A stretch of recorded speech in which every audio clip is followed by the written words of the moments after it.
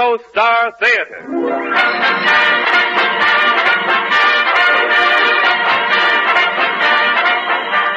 1 hour of mirth and melody.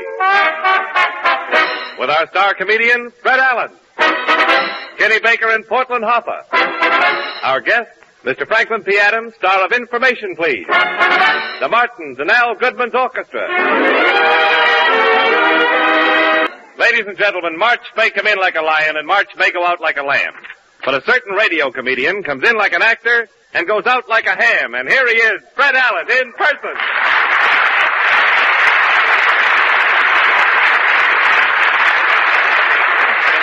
Thank you, and good evening, ladies and gentlemen. And Mr. Wallington, thank you for that hammy introduction. You know, don't take bows. Your glasses slip down your nose and you look awful when you bow, you know. You ought to de-oil your pores, take that from a friend. But thank you for that hammy introduction. It's about time we had a ham on this program to go with those eggs you lay around here. You're the only announcer I know who should live in a nest, really. Give up that apartment and take a nest. But you're right, Jimmy. March certainly did come in like a lion. Snow, sleet, cold, ice. Oh, this freezing weather's too much for me, Fred. I'm going back to sunny Hollywood. Sunny Hollywood? Mm-hmm. Have you heard Bob Hope's program lately? I know. Oh, I always tune in on Bob to get the weather reports.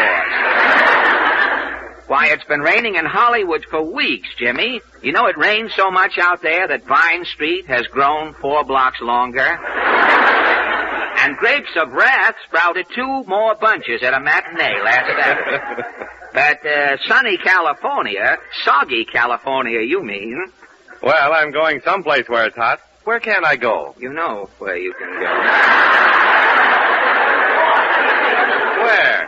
And while Mr. Wallington is working on the answer to this $64 question, we turn to the latest news of the week. The Texaco News presents its highlight from the world of news.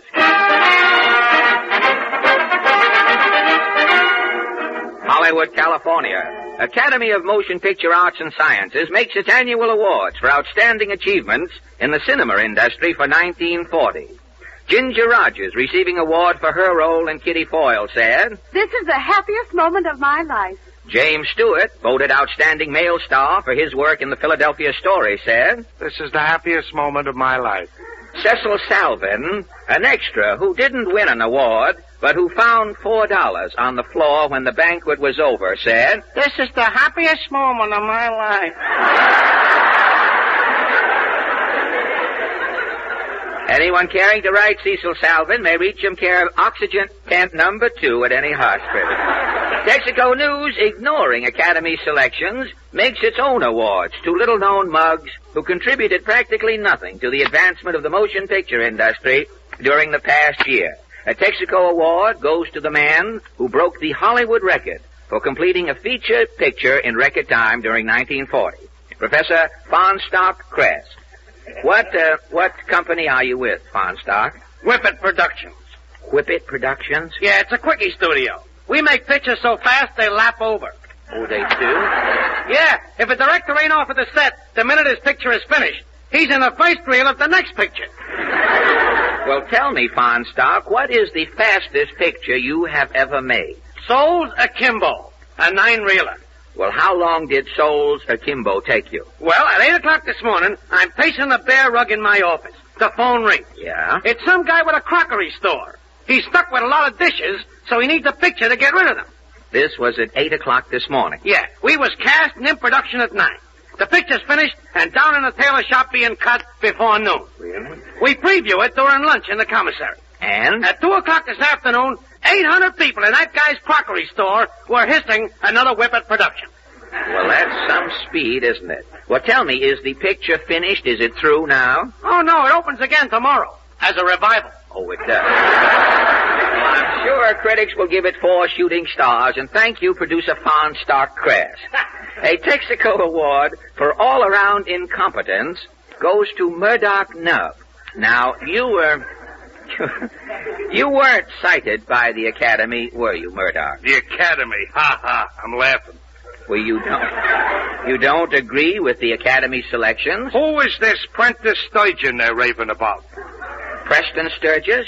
Why, he's the famous author, director, producer at Paramount. All right, so does that compare him with me? I'm Murdoch Nub, don't forget. But you... Murdoch Nub, was the first combination actor, author, producer, director, yes man, stool pigeon, and errand boy in Hollywood. You were all of these things? I alone. Well, I've never seen... Who wrote the novel Up Satan's Alley? I alone. Well, I did... Who wrote the screen adaptation of the novel? I alone. Well, I never... Who produced the picture? I alone. Well, you did... Who directed the picture? I alone. Who acted both leading parts? Well, I alone. After 7 years in production, when the picture come out, who went to see Up Satan's Alley? You mean... I alone. That's fame, isn't it? And they're raving about this Prentice Sturgeon. What about Murdoch Nub? Well, who ever heard of Murdoch Nub? I alone. Well, that completes your cycle, and thank you, actor, author, producer, and pest, Murdoch Nub. A Texaco award for the most embarrassing moment on a picture set goes to Miss Fody LaFontaine. You all know her from her recent pictures, I'm sure. You work in pictures, do you, Fody? Only in Technicolor. Well, in Technicolor. Well, what is it you do in Technicolor, Fody? I used to be an emergency blusher.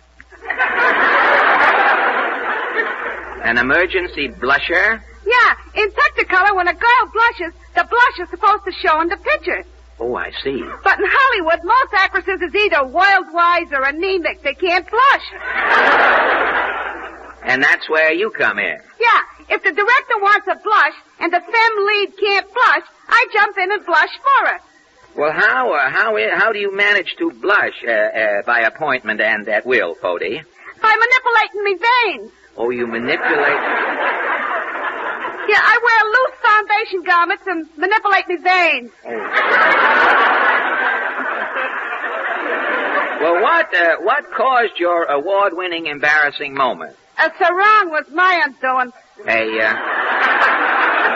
A sarong? Yeah, it's for a big jungle picture, Road to Hepzibah. Oh, Road to Hepzibah. The director wants a rush blush, but I gotta wear a sarong. I see. Well, what happened? Well, I put on the sarong, I take a gander at myself in the dressing room, I start to blush. Yeah? I'm blushing all the way across the lot. Oh, you poor thing. I get on the set, I'm still blushing. Uh-huh. The camera starts grinding, director yells blush. I manipulate me veins, I'm a dud. You mean? I'm all blushed out, me veins won't manipulate. Your movie career is ended? Yeah. I took 2 transfusions and tried to get back in, but you know Hollywood. Oh, do I know Hollywood? Yes. Well, what are you doing today? I'm doing my specialty in a movie theater on 7th Avenue. Oh, at the Roxy? Yeah, I'm a Roxy blusher. Well, congratulations on your marvelous comeback and week finish, Miss Fody LaFontaine. The movie fan who got into the most trouble through being loyal to his screen idol was Barclay Delve. What is your favorite, or who rather, is your favorite movie star, Barclay? Bela Lugosi. Really? I ain't Mr. Bela Lugosi picture for 10 years. You admire Mr. Lugosi's acting so greatly? Oh, it ain't his acting. Well, then, what has made you such an ardent... Coping with a man like you upsets the other party. You know that. What nature has done to you, you could sue. Tell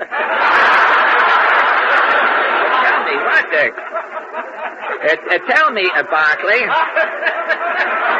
Barclay, tell me, what has made you such an ardent Lugosi fan? Well, I'll tell you. You see, nature put a big wart on my Adam's apple. Oh, a wart? Yeah, it's right here under me collar button. No kidding. Yeah. When I put on me collar, the collar button presses against the wart presses against me Adam's apple. It's agony. What's that got to do with Bela Lugosi? Well, the only pleasure I had for 10 years I owe to Bela Lugosi. Well, how do you mean? Well, when I go into the theater, my collar button is always pressing against the wart is pressing against me Adam's apple. I'm in agony. Yeah? Then Bela Lugosi comes on the screen. Yes? My flesh starts to creep. Yes? The wart creeps up over me collar. Oh, I can't explain the feeling. It's utopia.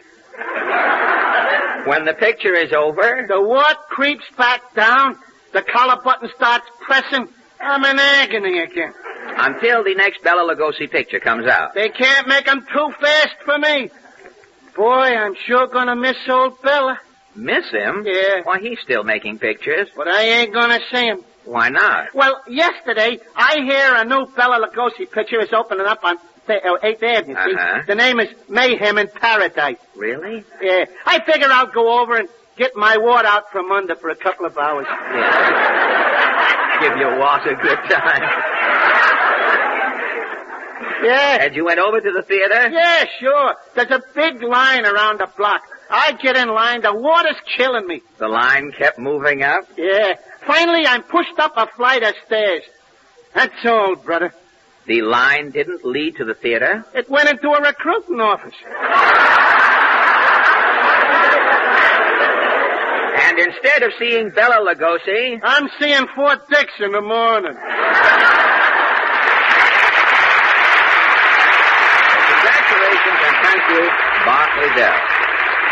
And now, ladies and gentlemen, we have a surprise. Mr. Allen! No, not now, Portland. Look, we have a very important guest tonight. Now, I want you and Kenny and Mr. Goodman to be on your toes. Oh, I'll tell him. Kenny! Mr. Goodman! Yes, Forty. Goodman is present. Now, look, listen, all three of you. Our guest tonight is an intellectual, a grammar perfectionist, and a fanatic on pronunciation. Now, I want you all to be very careful. If I happen to introduce you, no faux pas. Faux pas? This is English? Yes. I mean, no grammatical indiscretions. Watch your diction. Well, who is this guy, Mr. Allen? He's FPA. FPA? That's a project, ain't it? FHA is a project. FPA is with John Edgar Hoover, ain't he? FBI, Mr. Goodman, ain't it? Now, wait a minute. Stop saying ain't. For heaven's sake, don't say ain't. They tell me that when FPA hears people say ain't, he swoons. But who is FPA? F.A.? He's Mr. Franklin P. Adams, Kenny, the celebrated newspaper columnist, wit, the author of many books, and to radio listeners, he is best known as the man who plays right field on Information Please. This is only one man? Yes, one man. Now break it up, and don't forget, when you meet Mr. Adams, put on the dog grammatically. We want to make a good impression. And no ain't. No ain'ts above all things. Now beat it, everybody. I'm going to introduce him. And now, ladies and gentlemen, it gives me great pleasure to present Mr. Franklin P. Adams. Thank you. Thank you. Well, good evening. Good evening, Mr. Franklin P. Adams. Good evening, Mr. Fred P. Allen. It is stimulating to hail a fellow so well met as you, Mr. Franklin P. Adams. It is equally stimulating to say, do we have to be this formal? Oh, no, not necessarily. We were afraid you might be a stuffed shirt, and we just wanted to make you feel at home. I ain't a stuffed shirt, Mr. Allen, confidentially. You're not? No, I ain't. Something is wrong here. We've got the wrong Adams or something. With those ain'ts. Are you sure you're the Mr. Adams? You ain't kidding, brother. Well, it's certainly nice of you to take a sabbatical from Information, please, and embark on this mental slumming tour tonight. Now, Mr. Adams, my little company must impress you as being mentally unkempt and teetering on the subnormal. Oh, I don't know. That fella Goodman looks like an intelligent type. Well, we don't keep him on a leash, if that's what you mean. Say, you haven't met our little group, have you? Don't bother, Fred. I know quite a few people. I don't want to overdo it. Oh, what's the difference? So you'll sink a little lower socially. You mean I ain't touched bottom? Not yet. But something tells me you will before this evening is over. Now, folks, Portland, this is Mr. Adams. Glad to know you, Mr. Adams. Thank you, Portland. That's the first kind word I've heard tonight. Kenny, this is Mr. Adams. How smart are you, Mr. Adams? 2 and 2 is 4. That's good enough for me. Kenny. Gee whiz, he's a whiz, F.A. And, Mr. Well, that's only one man's opinion, after all. Mr. Adams, this is Mr. Goodman. A pleasure, Mr. Goodman. Thank you. What is Shakespeare doing these days? He's still with the same people. He's got no ambition. I thought Shakespeare was going places. Maestro. You are saying talk intelligent. But you're overdoing it, Maestro. Well, now that you know our gang, Mr. Adams, let's get on with our interview. Now, let me see. What can we talk about? I don't know. How about just ad-libbing until we hit something good? Well, that's a little risky, isn't it? Not for me.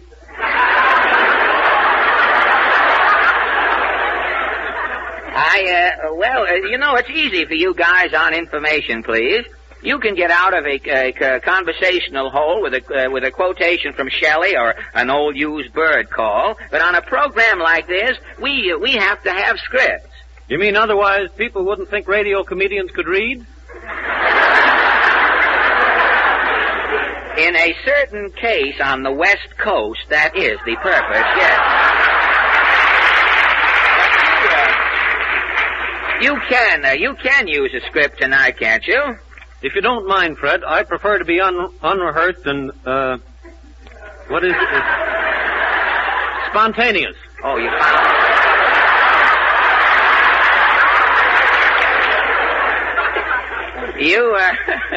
You want to be unrehearsed and spontaneous. It says here. Well, all right. Now, about our interview, what is your story, Mr. Adams? Well, I was born. Yes. And I lived. Yes. And here I am. Well, I know, but what happened in between? Everything went black. Well, for a man who has been working in the dark so many years, you certainly have accomplished a great many things. I'd rather not talk about myself, Fred. You mean you'd rather not mention that you write a column on the Brooklyn Eagle? The New York Post. Well, wouldn't you like to say you've been writing a daily column since 1904? 1903. Don't you want it known that you are a celebrated writer of lyric poetry? No, it's light verse. But years ago you did write a musical comedy with Mark Twain. Practically, it was O. Henry. Now, look, Mr. Adams, won't you please admit that you're on the air every Friday with that popular radio show, The National Bond Dance? No, sir, that's information, please. Well, all right. If I'm getting everything wrong, why don't you tell your story your own way? I'd rather not talk about myself, Fred. Well, I know, but there must be something you'll talk about. Yes, there is, Fred. I've got a pair of pet peeves, and I've written about them for years. What are they? Well, I've agitated against double parking in New York streets. And as a result of your crusade? Today we got triple parking.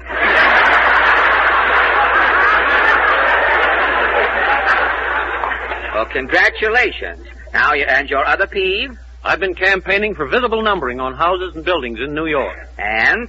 Today you can't find the numbers and half of the houses are gone.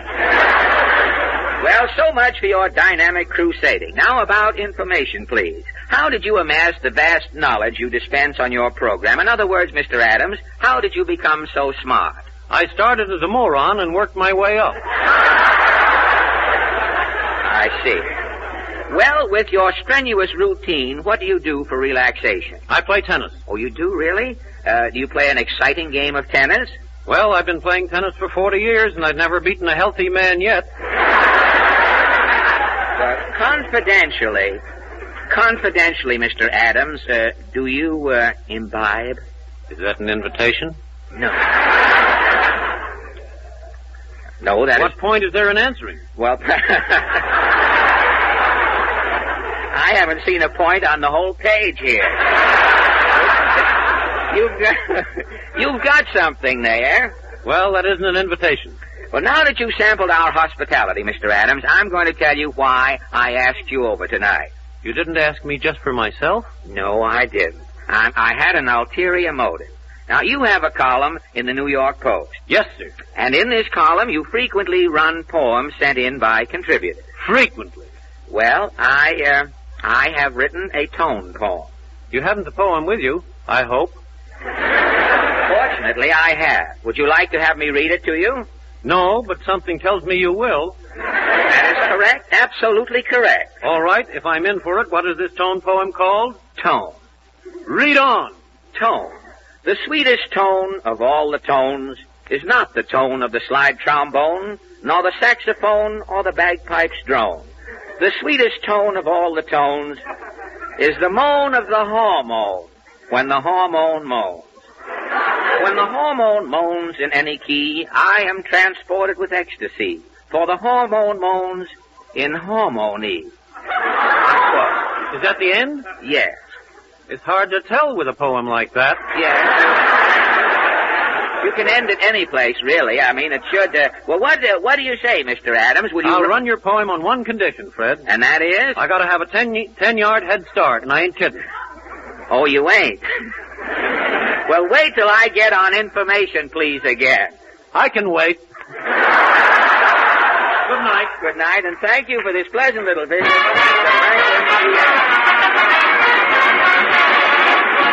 And now, say, Portland. Yes, Mr. Allen? Will you tell Kenny that it's almost time?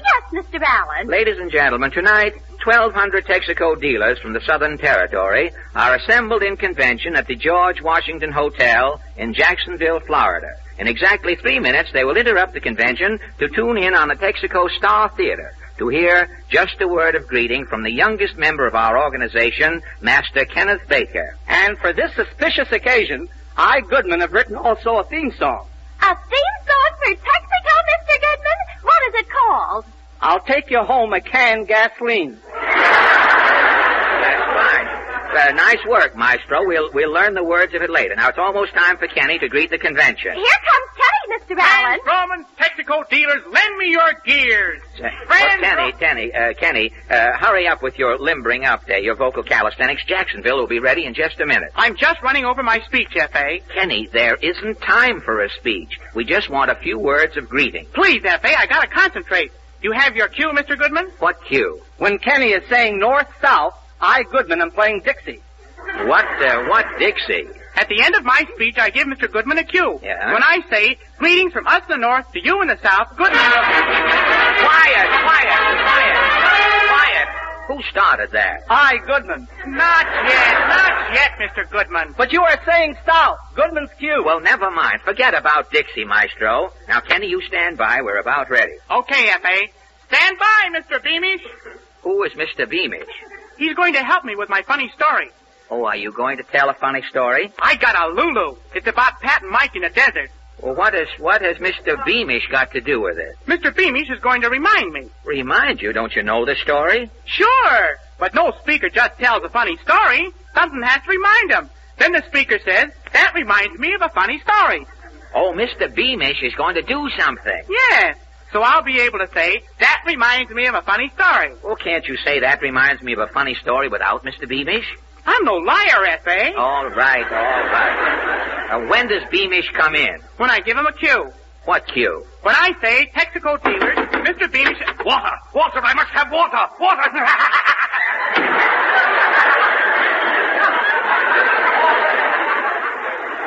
What was that? That was Mr. Beamish. He was reminding me. He thought it was his cue. Now, wait a minute. Look.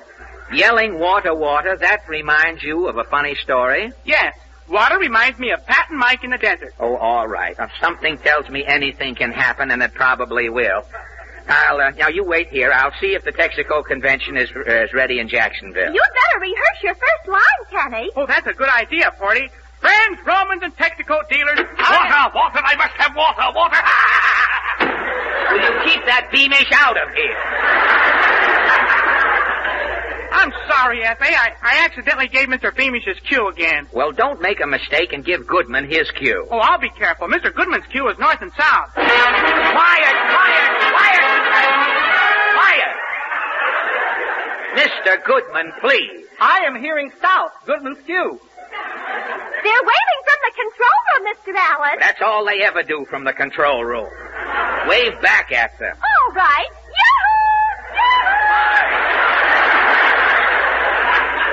Fine, now the control room is throwing kisses. Go ahead, Mr. Allen. Jacksonville is ready. Quiet! We're on the air! All right, Kenny, let's have it. Don't forget my demonstration, Porty. I'm ready. Quiet, please. To the Texaco convention in Jacksonville, Florida, we here in the Texaco Star Theater send a message. Our speaker is the youngest member of our organization, Kenny Baker. Thank you. Greetings, friend. Wait a minute. That's enough, Portland.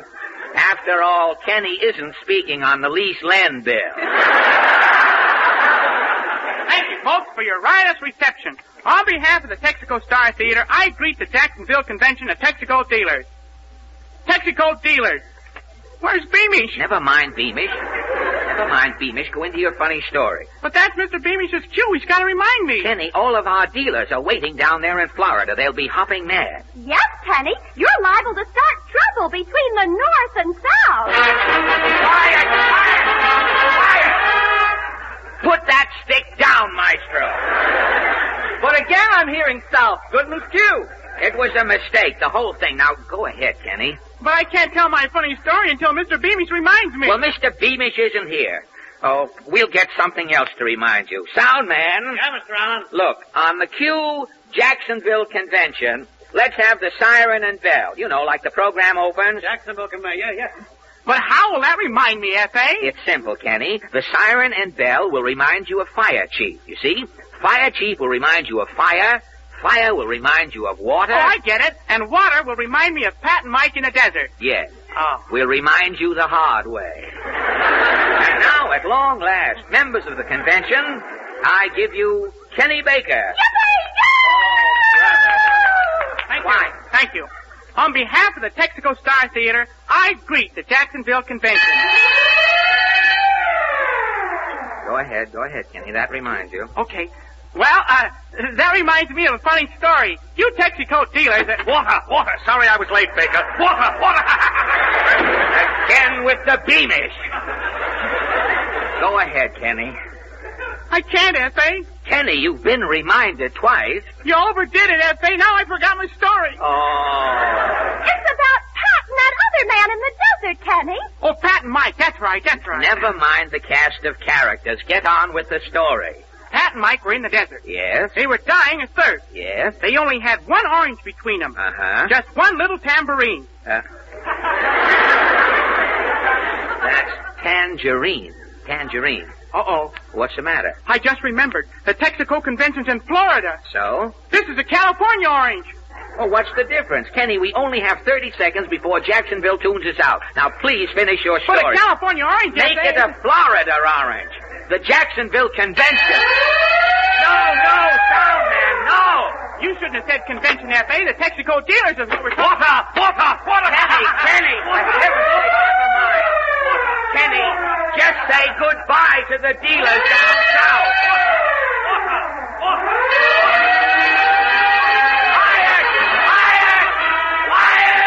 Quiet, everybody, quiet.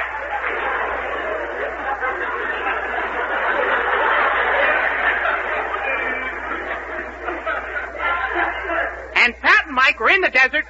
Kenny, don't bother with your story. The convention has probably started north in a body looking for all of us by now.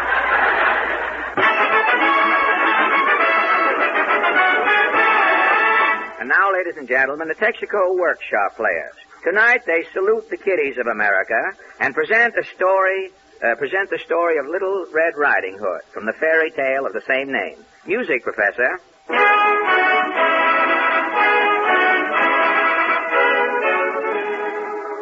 Once upon a time, kiddies, there lived in a certain village a little country girl. Everybody called her Little Red Riding Hood. Ho, ho, ho! Little Red Riding Hood. Red Riding Hood, baloney! Quiet, please. Pipe down. Pipe down yourself, Picklefoot. Excuse me, folks. A fresh kid in the front row who obviously knows me. Just a minute, you. Come up on the stage here, brat. Okay, I'll come up, jerk. Now, high school boy. Now listen, you digest Dracula. What's the big idea of heckling me as I'm starting this fairy tale? Oh, who wants to hear fairy stories? Why, Little Red Riding Hood has been charming kiddies for generations. Yeah, well, she's passe today. Mother Goose is washed up, too. Yeah? Kids today are hep, chum. What kind... Kids are hep, are they? What kind of programs do you kids want, Sonny? Action stuff, like gangbusters, Buck Rogers. You gotta give us kids something up to date or we won't listen. Now listen, Cub.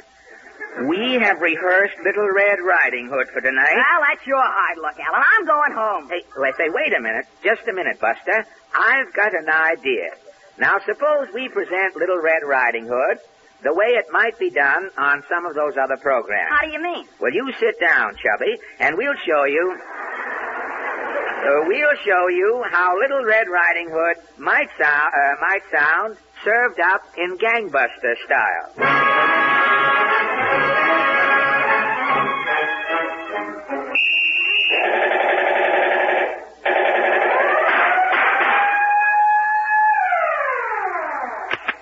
Gangbusters presents Little Red Riding Hood.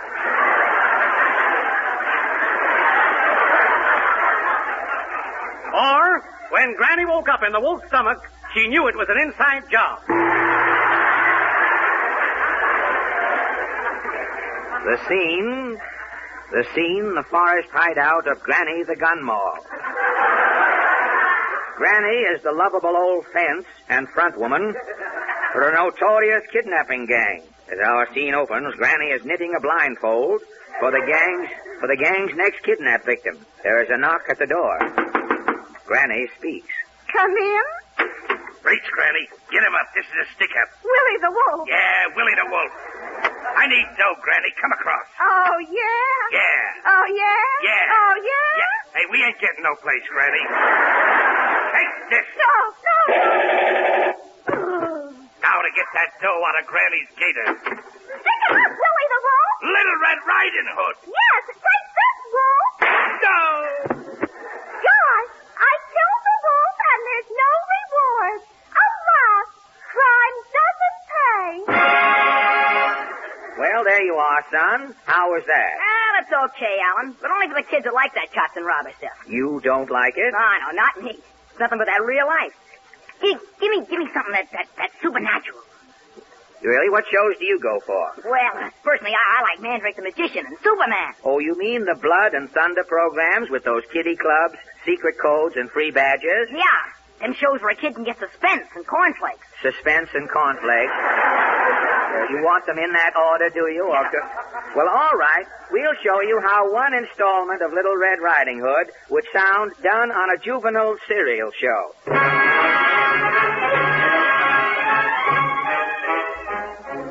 It's a sparrow, it's the Goodyear balloon, it's Superman! Yes, boys and girls, it's time for another exciting adventure with Superman, the super perfect man of the future. Superman is brought to you each evening by the makers of Granny Pop. The new all-brand lollipop for nearsighted kiddies. Granny Pops contain composite calcium motivate, the new energy-giving ingredient for kiddies. Granny Pops contain calcified extract of liver, the instant bodybuilding derivative. And Granny Pops contain brand. Mothers, if you want your kid to have roughage, sloughage, and stuffage, Buy him a Granny Pop today. And now for Superman. As you recall, kiddies, last night, Superman with his X-ray eyes looked through the walls of Granny's cottage and saw... But before we see what Superman saw, kiddies, a word about our Superman Bandit Club. Now, here's how you join, kids. Simply tear off the top of Daddy's safety deposit box. Send us whatever you find inside. Take an oath to Superman you won't talk, and you are now a member of the Bandit Club, absolutely free. And now for our Superman adventure. But first, tonight's number in the Superman secret code. Tonight's message to all Superman Club members is 94 78 46 25 ring 2. And now for our Superman adventure. But first, a word about our new guaranteed imitation tin Superman badges for junior Supermen. We're all out of them. And now for our Superman adventure. You may remember, kiddies, Superman with his X-ray eyes has seen the wolf through the walls of Granny's cottage. We now find Superman opening the door of the cottage. Superman steps inside. Superman closes the door. This concludes tonight's adventure, kiddies. What will Superman do tomorrow? Tune in tomorrow and see if you can find out between commercials. Good night, kiddies. And don't forget Granny Pop. And don't forget your Superman club. And don't forget your Superman coat. And don't forget your Superman bag. And don't forget... Oh, let's knock off, fellas. Yeah. Let's finish that game of gin rummy. huh? Okay, but who Hey, said... how about... I forgot. Good night, kiddies. Well, Bob, how did you like that action version of Little Red Riding Hood? Well, it was okay, but there wasn't no human interest in it. No human interest? You mean the children go for those human interest programs, too? Sure, especially we the people. Let's go crazy for that sob stuff. They do? Kids do. Well, look, we'll show you how Little Red Riding Hood might sound if she was presented on We the People. We the people speak. Tonight, we the people bring you a most unusual attraction. You are all familiar with the perennial fairy tale, Little Red Riding Hood. Tonight, at our microphone, we have the original Little Red Riding Hood and the original wolf who swallowed her original grandmother. Say hello to the folks, original Little Red Riding Hood. Hello. And how old are you now, Little Red Riding Hood? I'm 108 years old. And is this the original wolf? Yes, Mr. Heater. You've kept the wolf with you ever since he swallowed your granny? Yes, I like to feel that Granny is near me. And now will the wolf say a few words? If you kick him. All right, I will. Thank you, wolf. Folks, that was the original wolf that swallowed Red Riding Hood's granny. Wasn't it, Red Riding Hood? Yes, Mr. Heater. And now, we, the people, has arranged to bring you greetings from the original granny who is still inside the wolf. Our CBS technician is now lowering a mic down into the wolf's stomach. The next voice you hear will be that of Little Red Riding Hood's granny, direct from the stomach of the wolf. Hello, Granny. Do you hear me, Granny? Yes. After spending 100 years in a wolf's stomach, Granny, have you a message for our radio audience? Yes. Let me out. Let me out of here. We the people speak. There you are, son. You see, Red Riding Hood can make good in radio no matter how she's presented. Well, yeah, she's okay in a lowbrow sort of way. Well, I don't get it. How about some kids that went for high-class music? High-class music? I'll show you how Little Red Riding Hood might sound in grand opera.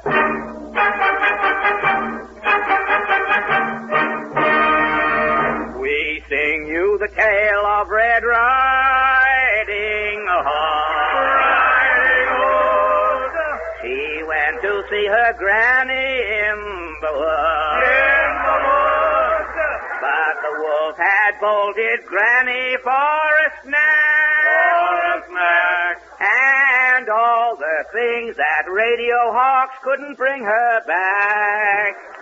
Alas, alas, bring granny back. Alas, alas, bring granny back. Alas, alas, bring granny back. For the wolf could not bring granny back. She was gone for good. Red Riding Hood couldn't bring her back.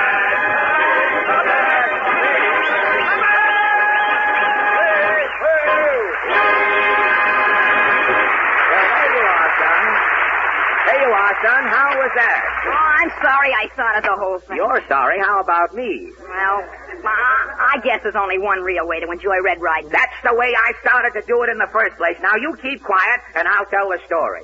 Once upon a time, kiddies...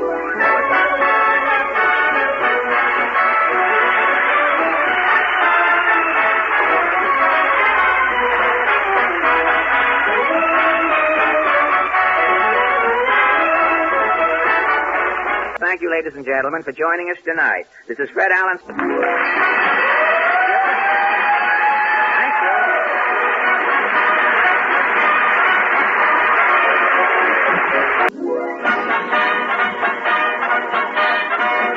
An hour of verse and melody. With our star comedian, Fred Allen. Kenny Baker and Portland Hoffa. The Martins and Al Goodman's Orchestra. Ladies and gentlemen, well, here it is Wednesday again. And here it is 9 o'clock again. And here is that man again. What's his name again? Oh, yes. Fred Allen in person again.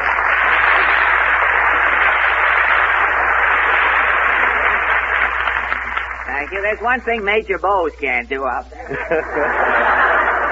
Thank you and good Thank you and good evening, ladies and gentlemen, again. And Jimmy again. Stop giving me those dragged-out introductions again. Now, don't you know that we're living in an age of speed? Time is of the essence in our business here. Why, this is radio. Oh, gee, I'm sorry, Fred. I didn't know you were in such a hurry. Well, now you know, Jimmy. This program is a split-second proposition. Everything is done with clock-like precision. You see that mess of tense, haggard faces behind the control room glass there? Why, yes. Well, those men are all concerned exclusively with the function of time, those men. Each one of those highly trained craftsmen is holding a calibrated stopwatch, synchronized with the Naval Observatory at Greenwich. I couldn't locate it for a minute, but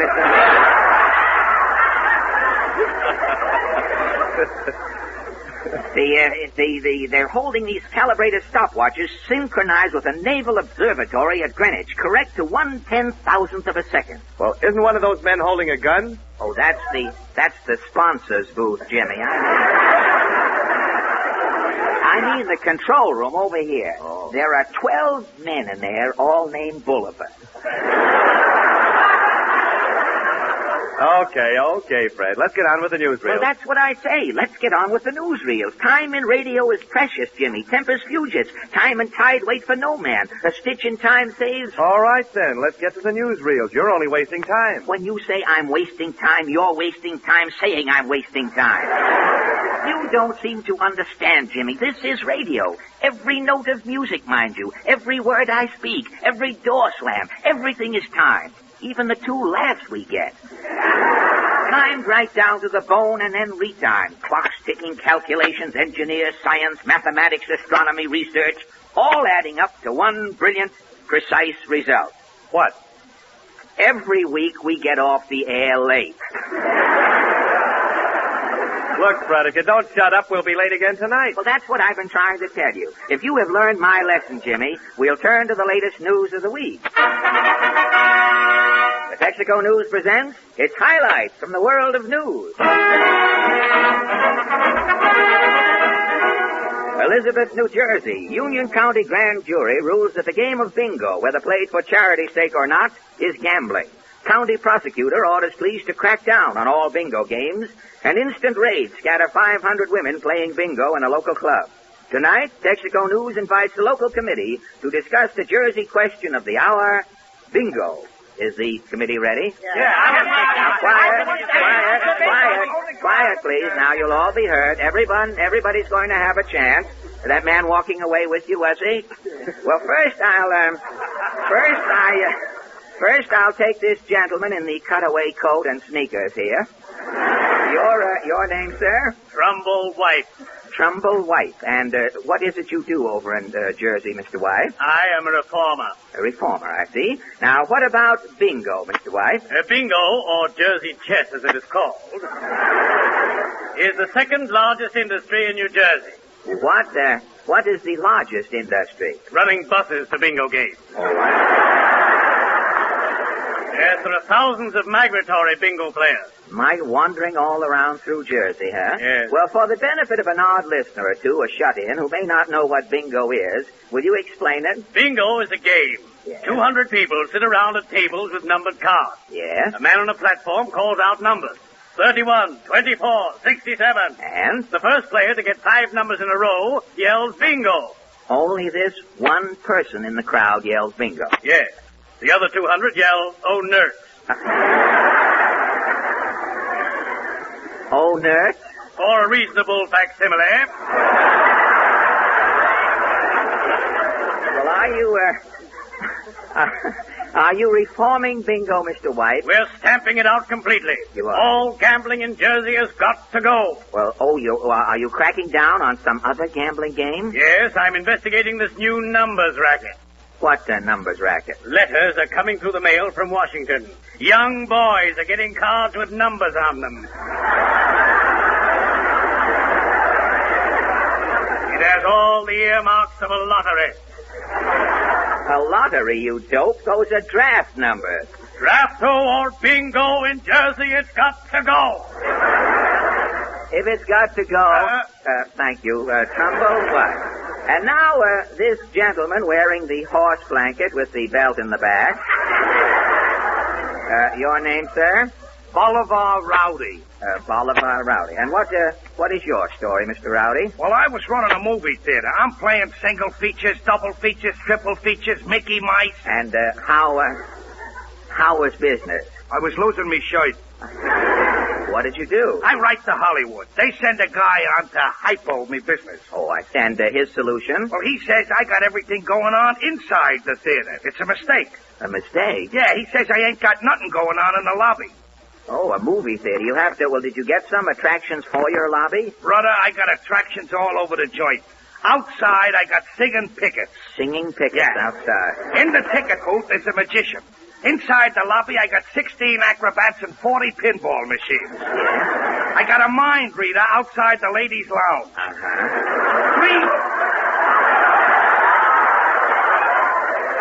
Free donkey rides up and down the aisles for kids. And under each seat, there's a 7-course dinner. Well, did this boom business? Nah, I'm still losing me shirt. And then? Bingo. In comes bingo. It's sweeping the country. Oh, and you? Well, I threw them bums and pinball machines out of me theater and put in bingo. I'm cleaning up. Business was good, huh? I'm jamming them in. Weekends, I gotta put in vaudeville to chase people. And now that bingo is illegal... Again, I'm playing single features, double features, triple features, Mickey Mice. And, I'm right back losing me shirt. Well, that explains that horse blanket with the belt in the back, and thank you, Bolivar Rowdy. And now this lady in the seersucker ensemble... I'm Mrs. Jonquil Bibb. Well, are you going to miss bingo, Mrs. Bibb? Giving up bingo only means one thing to me. And what is that? My husband is getting his pot roast well done. Well, what has your husband's pot roast got to do? For 10 years, his pot roast ain't been well done. Why? Bingo. Well, I'm sorry. I don't sense the connection. Well, I live in Nutley, see? Yeah? Every morning I'm through at the housework early. Uh-huh. I stroll around listening to them radio serials. Hyman's Other Way. Yeah. The Silverberg. Life Can Be Ordinary. Uh-huh. Well, at 1 o'clock I grab the Elizabeth spot. I know a spot there. Oh, do you? Bingo spot. Yeah. And all afternoon I horse around playing bingo. All afternoon? Till 4 o'clock. Then I grab the Nutley bus, and at 5 o'clock I'm back home putting on the pot roast. Uh-huh. At 6 o'clock my husband's home. He's pouting. The pot roast ain't well done. And this has been going on 10 years? Thanks to bingo. Well, now that bingo has been stopped in Elizabeth, things are different, huh? Yeah, I'm playing in Belleville. I'm getting home an hour sooner. Fine. And I'm putting on the pot roast an hour earlier. So? So it's like I say, giving up bingo only means one thing to me. Namely? My husband is getting his pot roast how he likes it. Well done. Oh, thanks. You wasn't so bad yourself.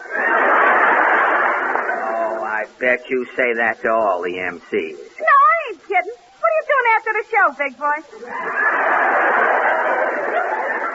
Well, I got a mess of pot roast left over. How about you and me killing it? Take your beef to the complaint department, and thank you, Mrs. Johnson.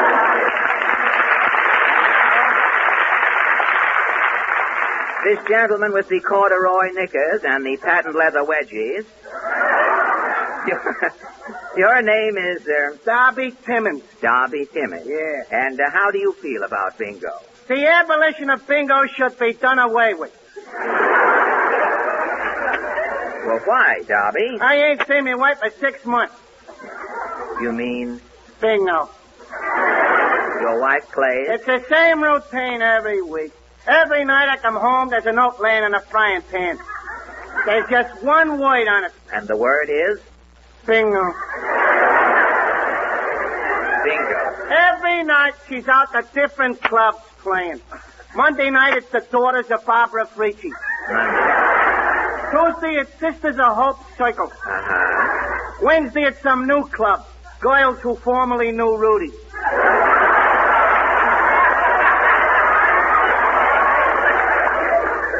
You mean actually that every night... Every night it's the same note, the same frying pan. The same one word? Bingo. Why don't you do something about it? I am. I'm taking action tonight. Tonight, I'm leaving a note in the frying pan. Well, bully for you. It's only going to say just one word. Bingo? Reno. Now begin. If bingo is legally banished throughout the state of New Jersey, bingo easies may spring up. Bingo games played sub rosa may sound something like this. 7 in the first row, 68 fifth row, 23 third row, 41 and... Shh!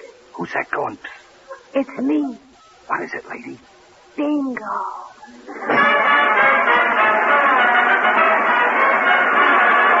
And now, ladies and gentlemen, we've just received a special flash on the bus strike. Mayor LaGuardia says that if the bus strike isn't settled by tomorrow, he'll put the 6th Avenue L back up.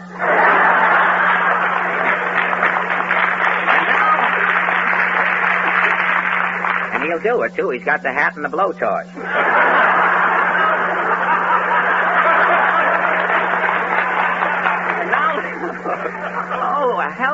Hello, Portland. Hello. Well, of all...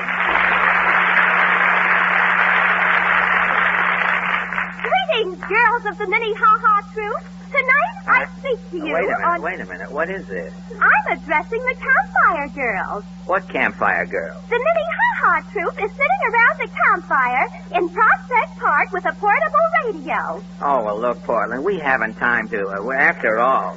But I've got to make my speech before the campfire goes out. Why? Without a campfire, well, there's just a bunch of girls. And without a sponsor, well, we're just a bunch of people. I think we'll just forego your forensic flight for the evening. Oh, why can't I make a speech? Kenny made one last week. Speech? Kenny didn't even get started. What did Kenny say? Friends, Romans, and Texaco dealers? Water, I must have water. Get that guy back here. Beamish. Yes, sir? Who told you to run in here, ad libitum, and page H2O? Well, you said Texaco dealers. That's my cue. That was your cue last week. I know. This week I'm thirsty. Water. What a program. I'm sorry I ever let Kenny make that speech. But Kenny got a swell job out of it. A job? Yes, Kenny's working for the Elite Auction Company. As an auctioneer? No, Kenny is doing public speaking in the crowd.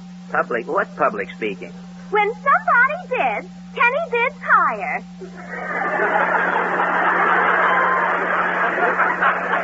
Well, he's a tenor. Naturally, he bids higher than other people. But look, Portland, Kenny isn't a public speaker in that auction dump. He's nothing but a shill. What's a shill? A shill, as in she'll be coming round the mountain when she comes. A shill is a man who works with the auctioneer incognito. A shill bids other people up, you see, so they pay more than the article is worth. Oh. And I'm certainly surprised at Kenny stooping to such infamous skullduggery. But Kenny thinks he was hired because of the speaking voice. He was hired because he looks like a simpleton. That's why he was hired. Who bid what? Sold any man. All right, Kenny. We know about your new racket. It's not a racket, F.A. It's a swell job. Did you have a good day today, Kenny? Terrific. Thanks to me, the company made its biggest sale of the day. Well, how did you swing it? Well, all afternoon it was dull. Nothing much happened. Then the policeman went away and things picked up. Naturally. The auctioneer put up a genuine Chinese music box. It was a beauty. And what happened, Kenny? A wealthy gentleman and Mr. Huxley bid 25 cents. And then? The auctioneer tipped me a wink. Like a flash, I bid 50 cents. Yeah? Huxley bids $1. I bid $2. Yes? Huxley bids 5. I yell 10. Yes? Huxley bids 11. I bid 12. Huxley bids 13. I bid 14. Go on. That's all, brother. Mr. Huxley stopped bidding. And you? I won. The auctioneer sold it to me for $14. You won? You mean you got stuck? Stuck? Why, it was a bargain, F.A. Oh, I give up. There's nothing I can do. Why didn't you let Mr. Huxley have it when he said $13, Kenny? He didn't want it, Sporty. Mr. Huxley was a shill, too. We just hadn't been introduced. Kenny, you have been hornswoggled.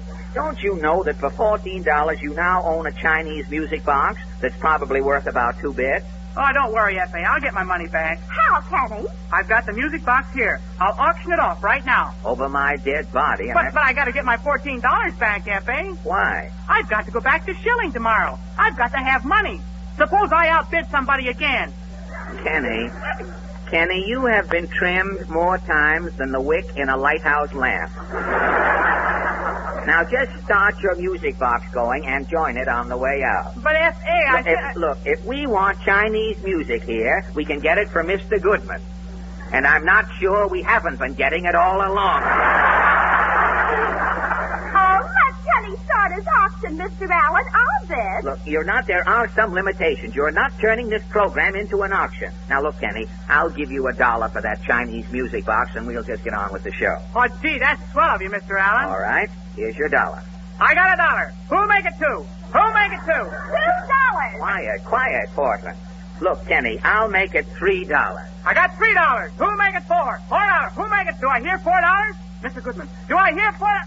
Somebody is calling Goodman? Do I hear $4? Do I hear $4? It could be. Money talks. I've got $3. If you're taking inventory, I, Goodman, have 40 cents. But Mr. Goodman, remember? Aha! The essence of rodents tinctures the breeze. What is this hugger-mugger, Kenny? Is Mr. Goodman here supposed to be your shill? Why, F.A. Shill? Aha! Suddenly Goodman is remembering. Okay, I've got $3. Are you done? $500. $500. Thank you, Mr. Goodman. You're welcome. $600. Thank you. You're welcome. $700. Now, wait a minute. Just a minute, Maestro. What are you doing? Goodman is bidding against Goodman. I'll give him a run for his money, that rat. Let's go, folks. $700 has been bid. $700 for this genuine Chinese music box. 701. Okay, Mr. Allen, it's your turn. I said $3, and that's my limit. 700 twice. It won't help, Kenny. 700 3 times. 700 4 times. 700 5 times. Do I hear $4, Mr. Allen? No. I said $3. You can take it or abandon it. Now let's get on with the program. But Mr. Goodman bid $700. If you catch the Goodman who bid $700 for a Chinese music box, from me to him say, you should live so long. Kenny, look, fold up your portable shill and... I'll answer it. Hello? The Elite Auction Company? Yes, I still got it. Okay, I'll be right down. What was it, Kenny? Where's that music box? I've got to feed it right down to the auction company. Gosh, maybe they found out it's valuable. That's right. Maybe they want to buy it back. Now, just a minute, Kenny. If that fly-by-night auction company really wants that music box back, there's something in the wind. Look at this writing on the box, Mr. Allen. What does it say? Ming Dynasty, 1200 A.D. Ming Dynasty, 1200? Guys, it's 700 years old. I'll never get my money back for this piece of junk. Kenny, I've been thinking, lad. After all, you and I are old buddies. Now, I hate to see an old buddy get stuck. I tell you what I'm going to do, old buddy. You give me that old junky music box, and I'll give you back your $14. Gosh, F.A., you're a true blue buddy. Here. And here, old buddy, is your $14. Mr. Allen, are you sure you're not cheating, Kenny? Frankly, Portland, I am. Mr. Allen! Kenny, I took advantage of you. Now, I may make $100,000 out of this deal, but that's beside the point. I only did it to teach you a lesson. Now, always let this remind you, Kenny, let it serve to remind you, never trust anyone, even an old buddy. I'll remember that, F.A., buddy.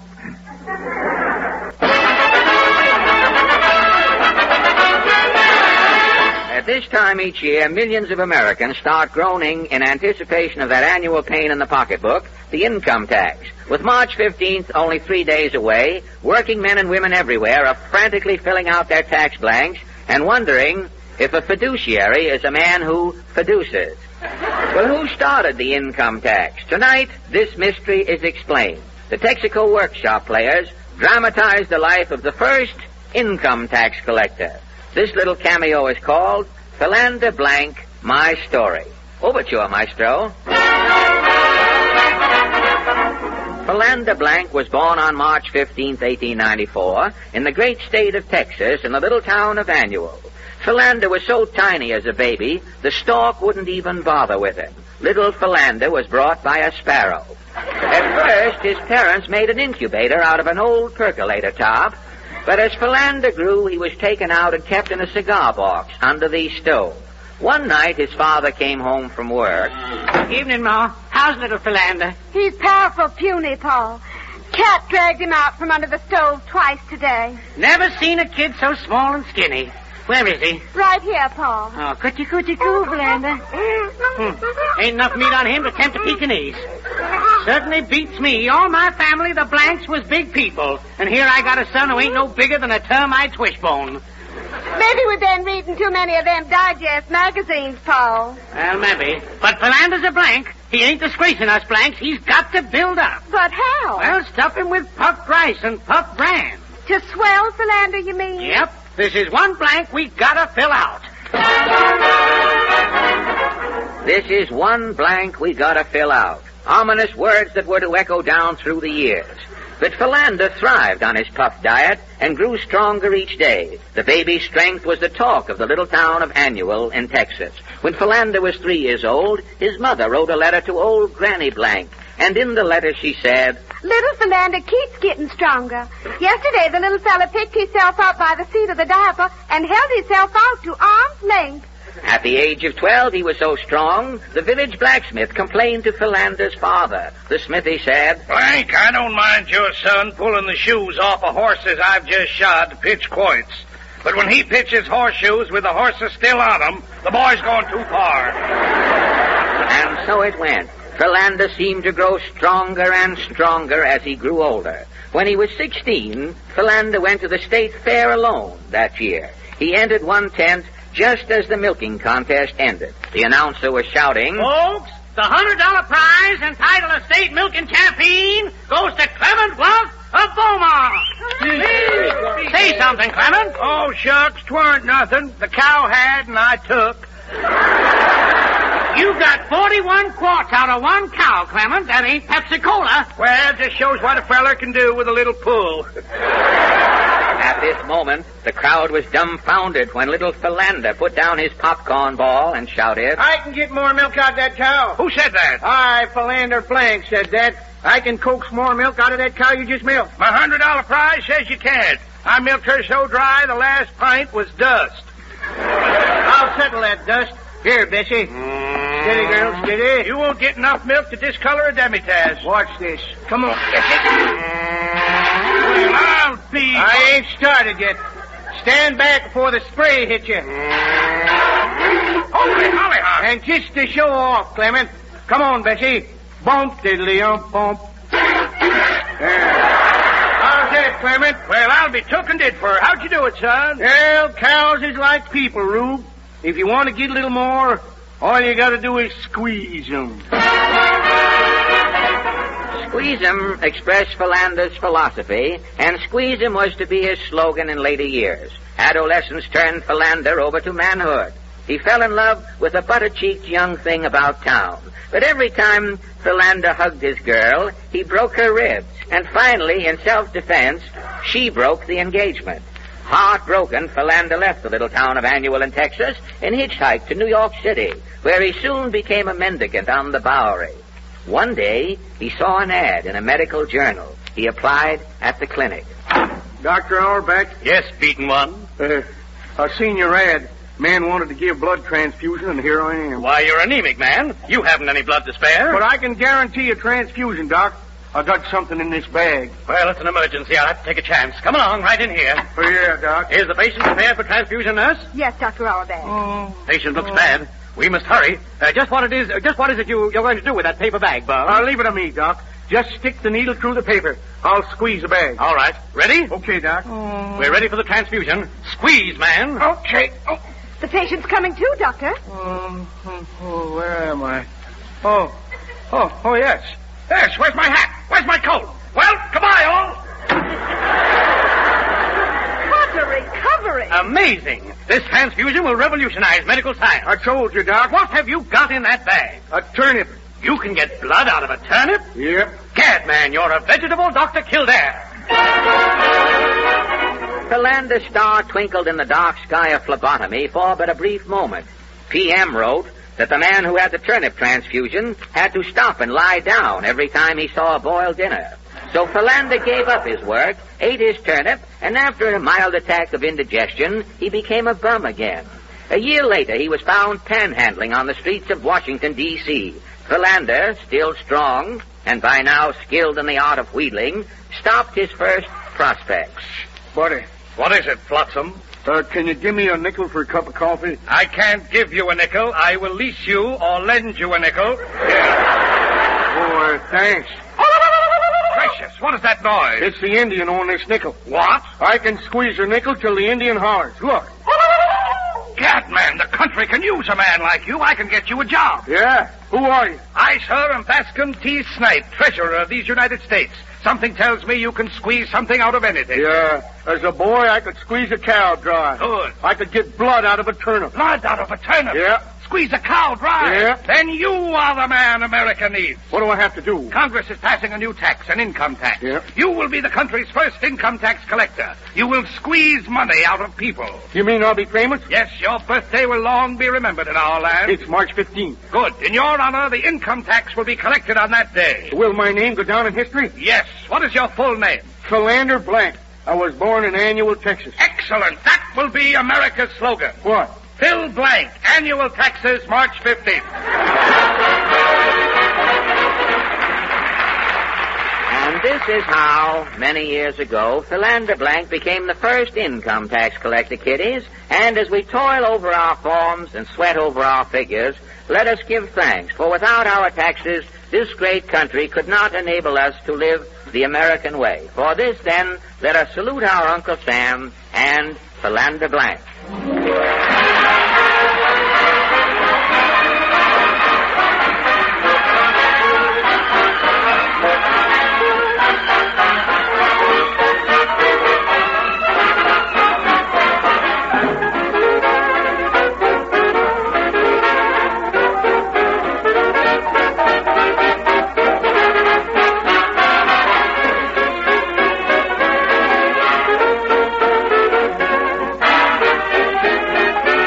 Thank you, ladies and gentlemen, for joining us tonight. We'll be looking for you next Wednesday. This is Fred Allen.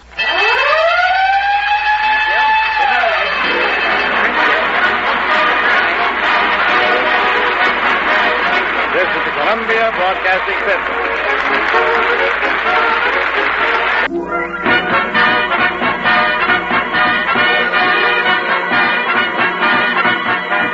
An hour of mirth and melody.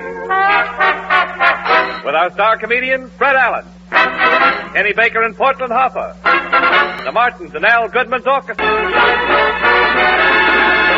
Ladies and gentlemen, tomorrow is the first day of spring, the day when Mother Nature auditions her buds and flowers. But in radio, it is always spring. Things are always blooming. And to prove it, we bring you that perennial bloomer, Fred Allen, in person.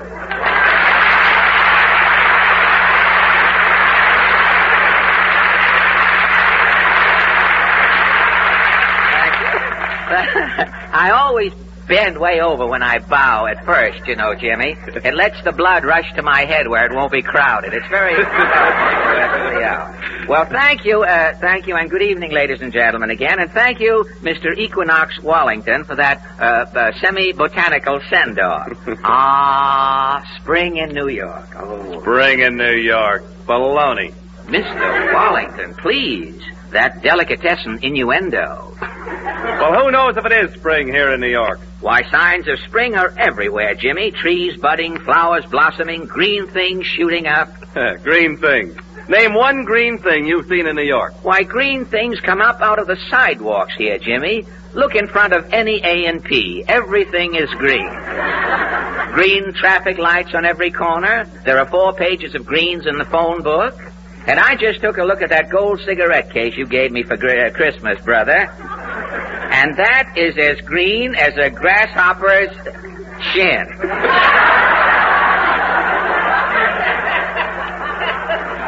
Well, that's beside the point.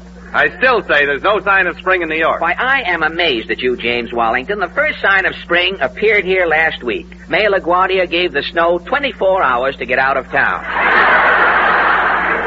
Of course, the snow didn't get out of town. The whole affair was slushed up. But the public got the drift and appreciated it. Yeah, got the drift is right. Like coming to rehearsal yesterday, I got chapped hips. That is a sure sign of spring in New York, Jimmy. And to prove it's spring, we spring directly to the latest news of the week. There, incidentally, is a spring fanfare. It isn't even ripe. An old, used green fanfare. Could we have a fanfare that hasn't been used? Could we have an A number one, and a brand new fanfare? Well, that's, Mr. Goodman mistakenly thinks that quantity is music. After all, better off with the first fanfare. The Texaco News presents its highlight from the world of news. New York City, New York. Bus strike ties up city lines as 3,000 drivers walk out, leaving 900,000 daily bus riders free to sample other forms of conveyance. Strike now in its second week, started March 10th. To date, mediation has failed. Early last evening, a bus spokesman said, "The bus companies are sitting tight." Late last night, a union official said, "The bus drivers are sitting tight." At an early hour this morning, John Doe said, "I'm in the subway standing tight."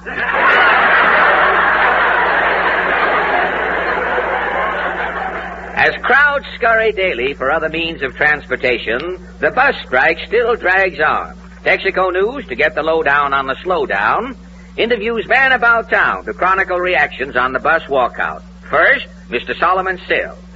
Sill, yes. I thought there was a T in your name. Excuse me, Mr. Sill. You are a bus rider, Mr. Sill? Yeah, I live in Jersey. I commute. You do you? Well, has the bus strike inconvenienced you any? No, I've solved the problem very nicely. You have really? How? Yeah, I come over from Jersey every morning on the 42nd Street ferry. Yeah? When the buses were running, I'd take a bus across town to Lexington Avenue. Well, you take the bus across to Lexington Avenue. Yeah. And now that the buses have stopped... I have been using a little boy. You mean the little boy carries you around from... Oh, no. This little boy has a bicycle. Oh, and you... Yeah, every morning in Jersey, I show the little boy a piece of candy. Uh-huh. The little boy follows me onto the ferry with his bicycle. Uh-huh. Now, when the ferry docks at 42nd Street, I take the bicycle away from the little boy. Well, good for you. I pedal lickety-split to Lexington Avenue, check the bicycle, and go to the office. And at night? My day's work finished, I pedal lickety-split back to the ferry, return the bicycle to the little boy, and we both go back to Jersey. A most ingenious arrangement, Mr. Sill. But tell me, what does the little boy do in New York all day? Oh, nothing. He just hangs around the ferry and cries. And, the next morning you show him your candy and coax him back on the ferry again? Yeah, he's a gullible little fella, fortunately. And thank you for this ferry story, Solomon Sill. A woman who experienced a trying domestic dilemma as a result of the bus strike was Mrs. Hildegard Buxbaum. You have been upset, Mrs. B? What is happening to me couldn't happen to you. What is happening to me?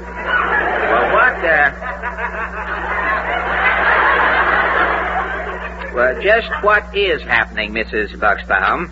Well, starting since last September, my little boy Seymour, I am enrolling in private school. I see. Every morning for school by 9 o'clock should be inside, Seymour. At 9 o'clock? This is our rule. A bell is ringing. Oh, I see. That's how it's done. Well, tell me, where is the school? The school is by 66th Street, west side. West side? We are living by 145th Street, east side. East side. And you come down by bus? Formerly by bus, we are coming, I and Seymour. Oh, I see. Well, how did you get to school after the bus strike started? How else? By subway. Well, how on earth could you get from east 145th Street to west 66th Street by subway? Foxy Mrs. Bugsbaum. Yeah? I am doping all the way. Foxy Mrs. B, huh? Well, how?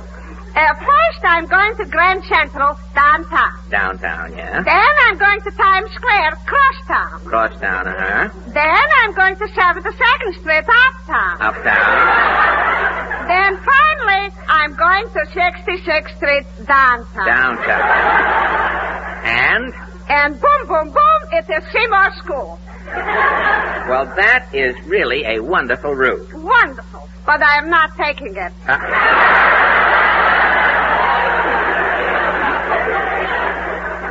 Why not? Silly Seymour, that shimps. The trouble that boy is making. Well, what did he do? The first day, I am putting on Seymour the beanie. Uh-huh. I'm taking him by the ear. I'm pushing him under the turnstile. And tally-ho, we are off in the subway. And on your way to school? What school? Well, something went wrong? Everything is going wrong.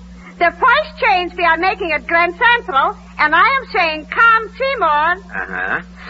Stubborn Seymour is not coming. Uh-huh. With screaming and stamping, Seymour is holding back. He refused to get off the train? All day long, Seymour is refusing. First, we are in the Bronx. Next, we are in Flatbush, Brooklyn. Then we are in the Bronx again. Next, we are in Flatbush again. This is going on incessantly. You couldn't get Seymour off? Till 10 o'clock at night. Finally, Seymour is falling asleep. I am taking him home, the little darling. Well, tell me, Mrs. Bugsbaum, why wouldn't Seymour come out of the subway? Last summer by Coney Island, Seymour and I are taking in all the rides. Yeah? The subway, Seymour thinks, is again the Scenic Railway. The Scenic Railway. This he is enjoying. He is a kiddie. And you haven't been able to get Seymour back to school since? What school? Home he's staying. He could grow up to be a dope yet. Well, I know, but if he turns out to be a dope in later life... Seymour could make a living on the radio.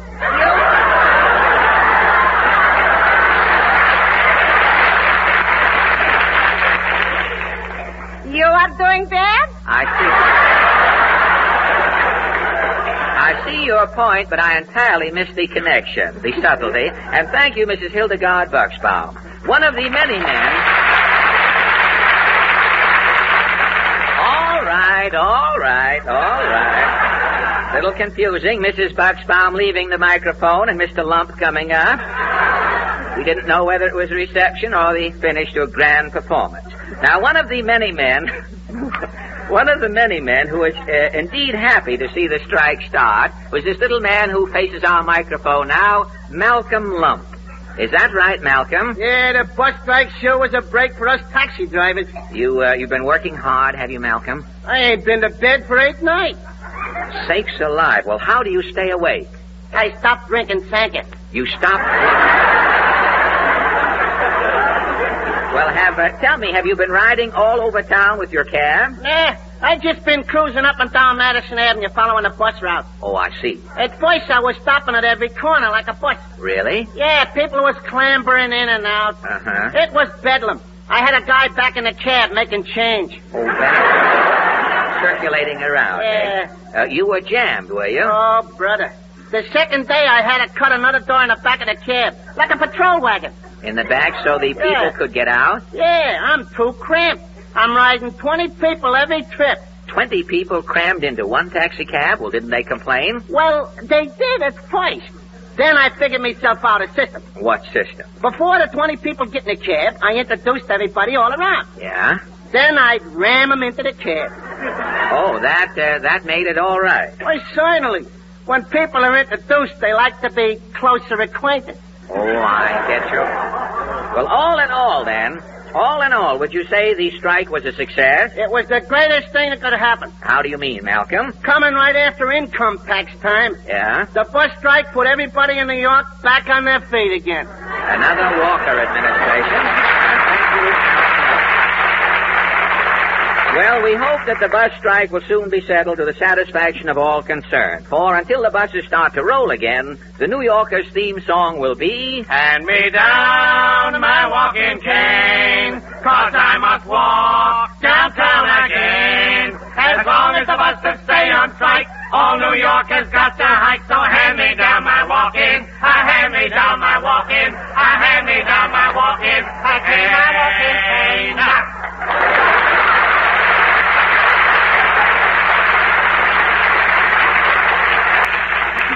And now, ladies and gentlemen... Oh, hello, Portland. Hello.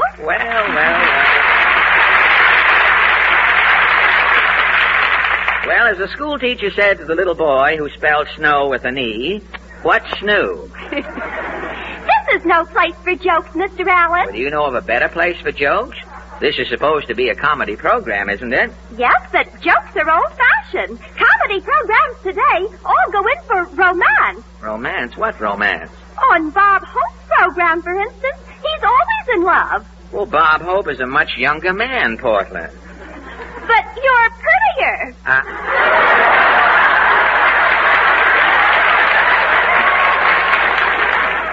Oh, now, you, You don't need your job that badly, Portland. And look at Mr. Benny. He's always taking girls out. You mean the original Mr. Benny? Benny with the light brown toupee? Look, the only thing Benny ever takes out on a moonlit night is his upper plate. What gave you this romance idea, anyway? Well, tomorrow is the first day of spring. Again with spring. That's all we've talked about tonight, spring. We'll have it all worn out. Yes, but you haven't had any romance. Well, how can you inject romance into a program like ours? Look around at the... If somebody would take out a girl, we'd have something romantic to talk about. Do you offhand know of a girl under 70 who would even be seen with anyone on this program? I know just the girl. Who? Olive Fagelson. Olive Fagelson? Yes. Olive would be crazy about you. She's nearsighted. Now, look, Portland, my scamp days are over. The last girl I took out left town and became a nurse with the Confederate Army. Well, and how about Mr. Goodman? Mr. Goodman? Somebody is calling Goodman? Yes. Then out is popping Goodman, like a jerk in the box. Jerk in the box is right. Mr. Goodman, would you like to meet a lovely girl, Olive Fagelson? No, positively no. And this I am saying in all reluctance. But why? This I can explain briefly in 2 words. What 2 words? Mrs. Goodman. You see, Portland, romance on this program is a dud. Well, and how about Kenny Baker? Oh, you can't get Kenny to go out with a girl. He thinks billing and cooing is a dance team. Why, Kenny even blushes when he passes the YWCA. Well, maybe we can talk Kenny into it. That we is singular, Portland. You can talk Kenny into it. Spring, spring, glorious spring. Open the window and hear the birds sing. Tweet, tweet, tweet, tweet. Hi, kid. Yes, Kenny, there is no season like spring, is there? Oh, boy. The birds twittering. Yeah. The soft, balmy breezes. Yeah. Does something to a man, eh, Kenny? I know just what you mean, F.A. Yes? Makes you want to get out the old kite and fly the tail off of it.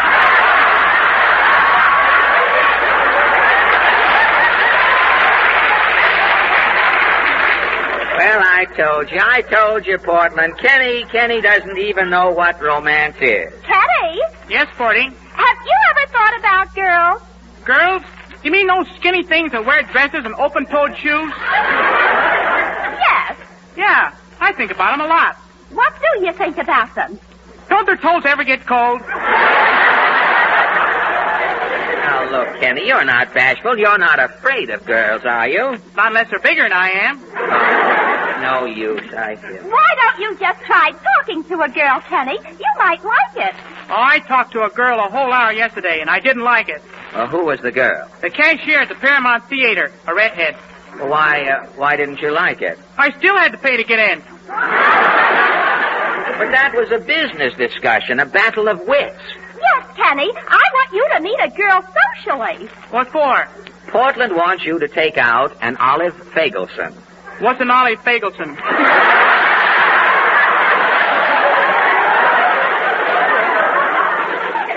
A girl. She is the girl you are to make the date with. What's a date? Well, for instance, you buy 2 tickets for the movies. Yes? And you take Olive along. I can't buy her a ticket for the movies. I don't even know her. What difference does that make? She might not pay me back. Here's Olive's number, Kenny. Just try talking to her. Yes, I'll dial the number for you But on the phone. I'm liable to get involved with this. Now, don't be such a fraidy cat, Kenny. Something tells me I'm being talked into this. Now, here's the phone. They're ringing the number now. Gosh, F.A., I don't know. Go ahead. Answer the phone. Hello? What's her name? Fagelson. Olive Fagelson. Oh, yes. Hello? Is this the residence of Olive Fagelson? What? My name is Kenny Baker. Yes, I'm working, sure. I make around $15 a week. Sure, I plan on settling down. Kenny, what kind of talk is that? You just met the girl. This is her father. Oh, that's different. I see the connection. Hello? What was that? I should say not. What's the matter, Kenny? He says I'll have to bring her home at 11 o'clock. Well, tell him you will. How can I? I gotta be home by 10 myself. Look, ask for Olive, Kenny, and let's get this romance over with. Hello? Who's this? Oh, you're Olive's mother. I'm Kenny Baker, Mrs. Fagelson. What? Yeah, $15 a week. For Fred Allen. Sure, he pays me every week. He's rich. Wait, I'll ask him. Mr. Allen. What, Kenny? What are you doing tomorrow night? Never mind. Portland, what kind of people are these Fagelsons? Hello? Oh, here's Ollie. Ollie, this is Kenny Baker. Portland asked me to... What? $15 a week. Tell Olive you want to take her to dinner. But I don't want to take her to dinner. Wait a minute. What was that, Olive? Oh, I said I didn't want to take you to dinner. That's no way to talk. Oh, it's too late, F.A. She says she'll come anyway. She'll meet me at Lindy's. Well, all right. Tell her it's okay. Olive, Mr. Allen says it's okay for Lindy's. Oh, hold the wire a minute. Mr. Allen. Yeah? How much is dinner at Lindy's? For 2, about $3. $3? Goodbye, Ollie. Kenny, you hung up? You bet. $3 is a lot of money just to stuff an olive. Now you...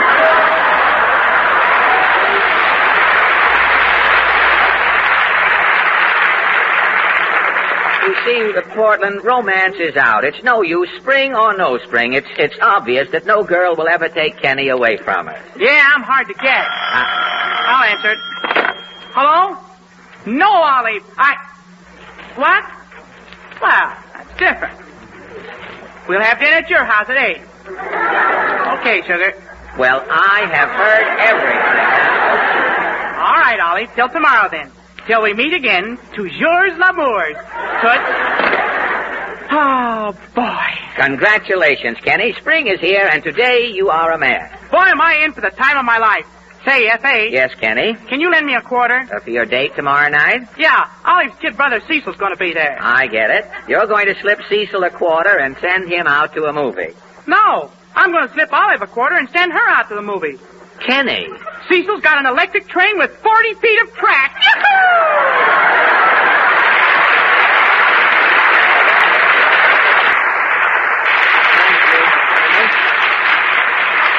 Nobody knows the trouble I've seen either.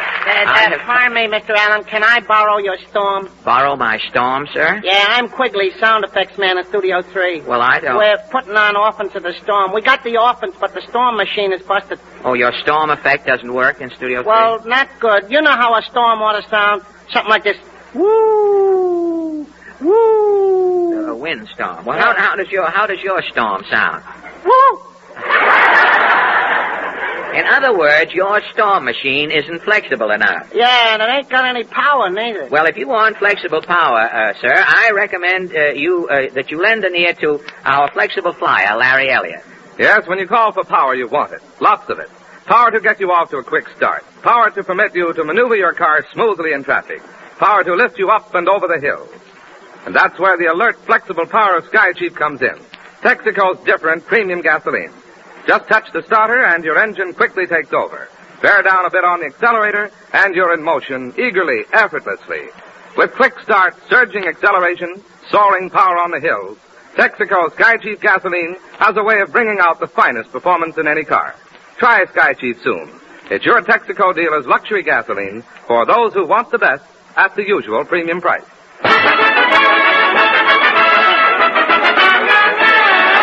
And now the Texaco Workshop players pay tribute to the production that has made history in the New York theater, the play that is now in its 8th year on Broadway, Tobacco Road.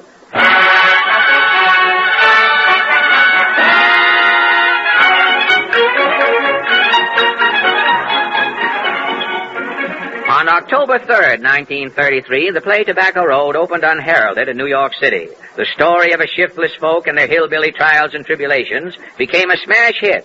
Since 1933, Tobacco Road has been played in 247 cities in 41 states by touring companies. Darrell F. Zanuck's great picture version of Tobacco Road has recently been released, and the original New York company is still playing to capacity business here in its 8th year. Its attendance record... Tobacco Road is played to 2 million grad, 4 auto door-bone people. Its receipts... Tobacco Road has grossed $12 and 15 cents. 15 cents? A lady in Albany forgot her change. Oh, you rapped on the window with the sponge as usual. The original Jeter Lester in Tobacco Road recently said, I played Jeter till I got too old to creep on the stage. Then my son took over. Well, is your boy still playing the role? No, my son played Jeter till his arteries backfired. Yeah? Then his son took over. My grandson's playing Jeter today. 3 generations in your family have played the Jeter Lester part? Yep. All of us played the Jeters till we got 'em. Have you still got the Jeters? My hand shakes so bad, I quit tipping my hat. Looks like I'm strutting. Well, at your age, naturally, you have to watch those things. The original Emmy Lou, the girl who eats a turnip at every performance, recently told a friend, I've ate so many turnips I have to stay out of pet shops. Rabbits snap at my breath. And still with its turnip-eating ingenue and its inexhaustible supply of Jeters, Tobacco Road continues to run and set new records in the Broadway theater. Archaeologists predict that this generation will never live to see Tobacco Road close. The sequel to this play, they say, will never be shown in our time. And so then, to forestall this dilemma, tonight the Texaco Workshop players bring you the sequel to Tobacco Road. It's called Nicotine Alley. Music, maestro.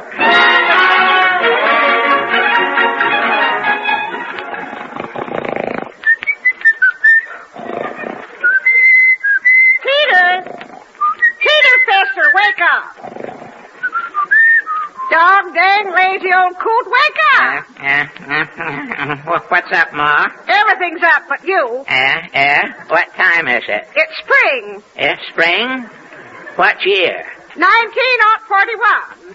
41? You mean 31, don't you? I said 41. 41's what I mean. You've been sleeping 10 years. 10 years, jeepers. What's been going on, Ma? Who's president? He still is. He is.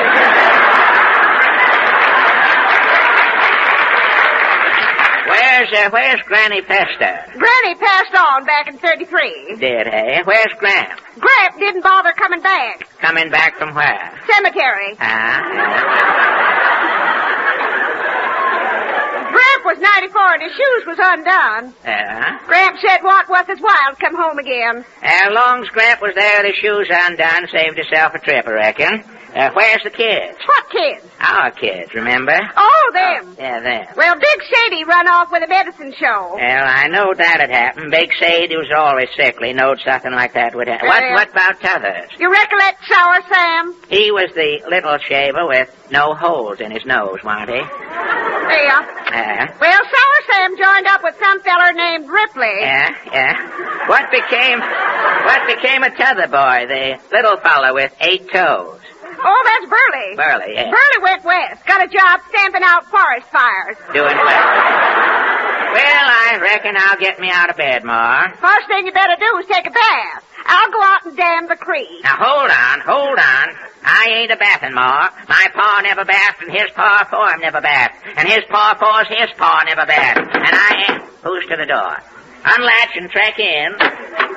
Tupper Manson. Howdy, Tita. Howdy, Tupper. Howdy, Miss Fester. Yeah, what brings you snooping round, Tupper? There was talk down to the barber shop you was out of bed, Tita. Yeah. I didn't believe it. Just dropped in to make sure. Good day.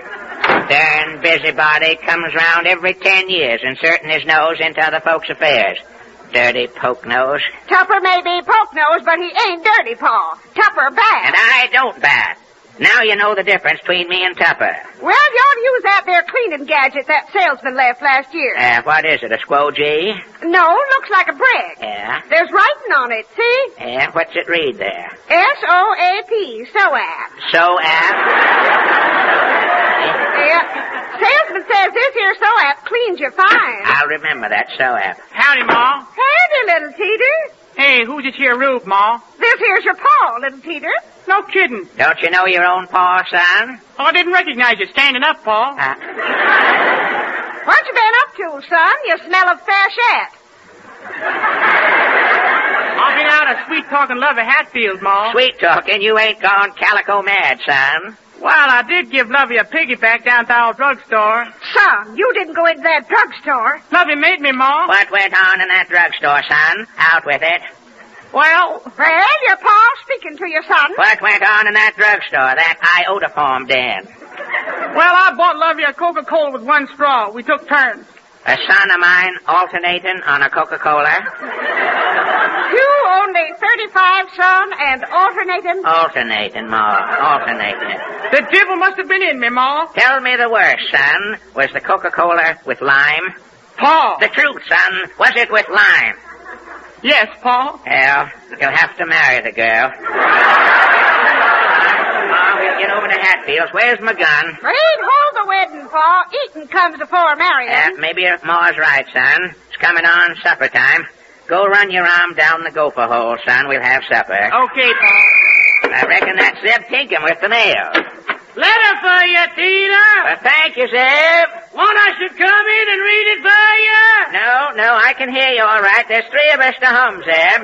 Reckon 3 of us can handle her. Okay. What is it, Pa? Well, looks too small for a catalog. Postman says 'twas a letter. Wait till I get the bark off it here. Reckon the writing's inside. Yeah, she's open now. Next thing's to read her. Let me see. You got the letter upside down, Pa. I know. I'm reading her the hard way, son. Oh, let me read her, Pa. I can read writing. Okie baby dokey, son. Here, take over. Checks. It's from the government. The government? What's he want? Says the government wants to buy our land. We've got to get off.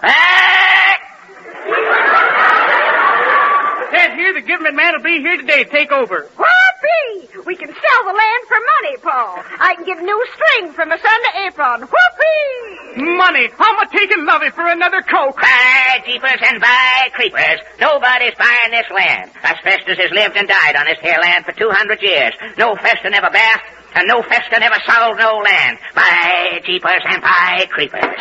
If this is that government man, here's where I get my revenge for Gettysburg. Unlatch and trek in, Yankee. Excuse me, my name's LaGuardia. Which way's the New York Aquarium? What's the aquarium? Well, this is where we're building it. Isn't this Bronx Park? This is Ozark County, Tennessee. Darn that 6th Avenue subway. No wonder he gets lost. He can't see nothing from under that hat. Why don't you sell him the land, Pa? No, by jeepers and by creepers. I was born on this land and I'm dying on this land. By jeepers and by creepers. This must be Mr. Government now. Mr. Government, eh? Unlatch and trek in. Peter Fester? Yeah? What's it to you? I'm from Washington, from the government. The government, eh?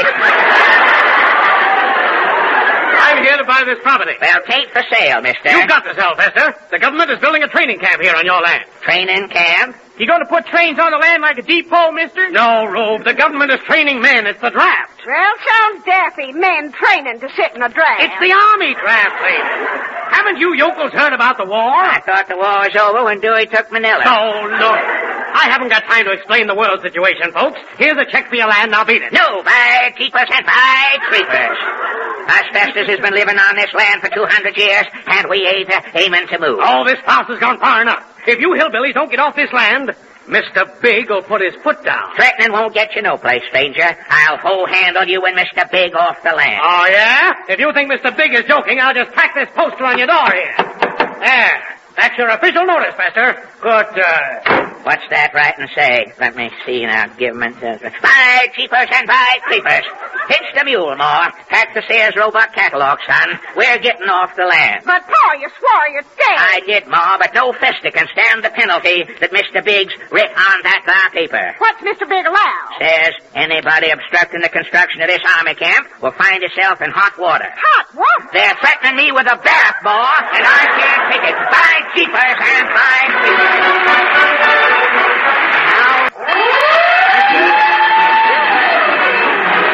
This is the Columbia Broadcasting System.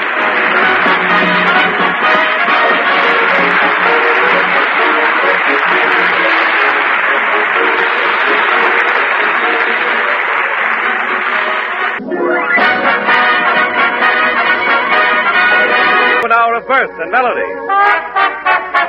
With our star comedians, Fred Allen, Kenny Baker and Portland Hopper, the Martins and Al Goodman's Orchestra.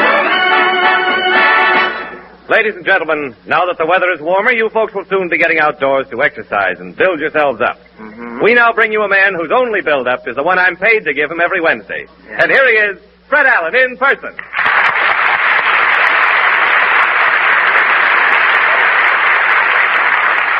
Thank you, and you know why I bend way over like that, Jimmy, when I think why, about Fred? Certain people I know in this business, when they do that, their hair comes off. You see, I just want to show that elderly gentleman we mention occasionally. Well, thank you, and good evening, ladies and gentlemen. And before we start, Jimmy, you should talk about build-ups. A man who has trouble trying to bash in the tops of 2 soft-boiled eggs every morning. You're telling me about building up. Fred, I'm in the pink of condition. Pink of condition? Spelled with a U? You? Pink of condition. You are as weak as a horse player's willpower, Jimmy. You know, someday you'll be called upon to lift something heavier than a dry martini, and you will slump over spent and exhausted. Well, for your information, Mr. Allen, I'm 6'2" and weigh 200 pounds. Now, you put that together and you've got something. Yes, you've got something. You can fry a lot of French fried potatoes in. Well, I suppose those bags under your eyes are muscles. They certainly are. Look at those. As hard as... Why, I have heavy eyelashes, Jimmy, and I blink a lot, you see, and it's developed these biceps under my eyes, you see. I'm Charlie, the optical Charlie Atlas, they call me around. Those in the know. Well, don't forget, Jimmy, I'm a comedian. I'm not supposed to be fit. I have to stay sickly to tell jokes about my condition, you see. But you, a dashing announcer, you with that floor wax in your voice, I'd like to dance on your tongue some night with a part. You should be ashamed of yourself. Why, what's the matter with me? Well, to start, look at your feet there. Kubelik would pick one of those up by mistake any day. All right, I'm a big man, so my feet are a little flat. A little flat? Why, your arches have fallen so far that when you stand still in a high wind, you rock. Well, who sees my feet? My boot black and a few midgets. My face is my fortune. Face? You mean that skin that's hanging down from your hair there from your...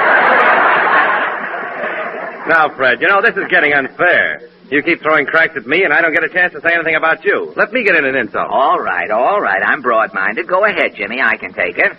Fred, you are so weak. And weak reminds me, it's time we turn to the latest news of the week. The Texaco News presents its highlight from the world of news.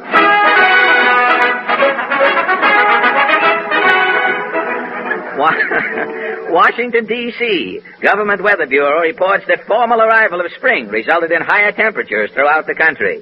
Newspapers report hundreds of calls from subscribers claiming to have seen first signs of spring in many places.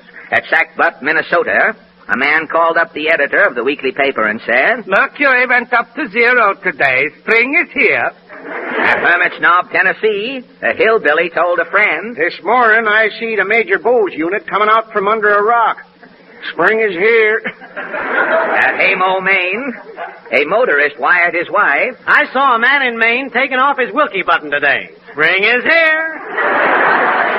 At Sand Dune, Maryland, a truckman told a filling station attendant. I drive a laundry wagon. I ain't picked up no heavy underwear all week. Winter is going. Spring draws on.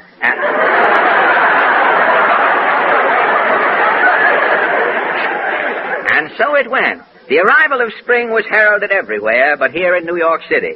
The only signs of spring one sees in Manhattan are the poems that appear in the weekly magazines. Tonight, Texaco News invites several obscure poets whose works weren't quite good enough for the magazines to discuss their tributes to the newborn season. Our first unsung poet is Belvedere Sponge. You are a poet, Belvedere? They call me Belvedere, the Bard of the Boulevard. The Bard of the Boulevard? Yeah, I work in a sanitation department. I'm a highway statistician. Oh, you're a street cleaner. Yeah, but it's only a pose. Beneath this dirty white coat beats the heart of a poet. Well, you mean you combine street cleaning and poetry writing? Yeah. While all around me is decomposing, there I stand composing. Have you written many poems on the job? A goodly few. There was one, Thoughts While Passing Minsky's. That's one of your poems. Yes. An orchid on my shovel lay. An orchid on my... Oh, delightful. Very good. A do to a do-bill covered with goo. That was also one of your lesser-known works. Well, tell me, Belvedere, have you written a poem about spring? Yeah, I'm calling it Signs Up. Signs Up? Yeah, Signs Up. Well, how does it go? Signs Up. Yoicks away and tally-ho, with me broom and shovel, away I go. Pushing me can down Old Broadway. Picking up this and letting that lay. In winter and summer, in sleet and snow, me and me can, away we go. Around Broadway, as I'm scooping up scum, I see the first sign that spring has come. And what is that sign the street cleaner knows that tells him spring's in a breeze that blows? Is it the sign of the equinox? No, it's just an empty good humor box. When good humor cartoons in the gutters lay, the street cleaner knows spring's here to stay. Well, thank you. I ain't finished yet. No, there's an afterlog. Oh, an afterlog is there? Excuse me. Do, Miss Dames and Gents, I'm stepping out to lunch. I hope I leave you smiling. Yours sincerely, Belvedere Sponge. Well rendered, and thank you, Mr. Belvedere Sponge. And now, too late. He won't come back. These poets are very temperamental. And now a young debutante who has written something, I believe, and your name, Miss? Consuelo Warburton. Oh, you are a debutante, Consuelo? Not quite. Oh, you haven't come out? Not quite. Why not? Well, to be brutally frank, I left finishing school unfinished. Unfinished, were you? Yes. It was a black mark against me. I couldn't come out. Well, weren't your parents upset? Mater was furious. Really? Pater was furious. Well, there was a scene, and I left home. You went to the YW? No, I'm at the plaza temporarily, roughing it. You're roughing it at the plaza? Yes. Well, are you looking for work, Consuelo? No, I'm writing poetry. Odds and ends, mostly. Oh, odds and ends. Have you brought some poems with you tonight? Yes, I have several tablecloths with me. Oh, you compose on tablecloth? Yes, I do all of my writing at the Stork Club. Oh. When I finish a sonnet, Sherman removes the tablecloth and it's rushed to my publisher. I see. Well, have you written a poem about spring? Spring is obvious. Oh. My inspiration is eternally the obscure. Oh, the obscure. And what poem are you going to recite tonight? I'd like to be an olive in the middle of the bottle. I'd like to be an olive.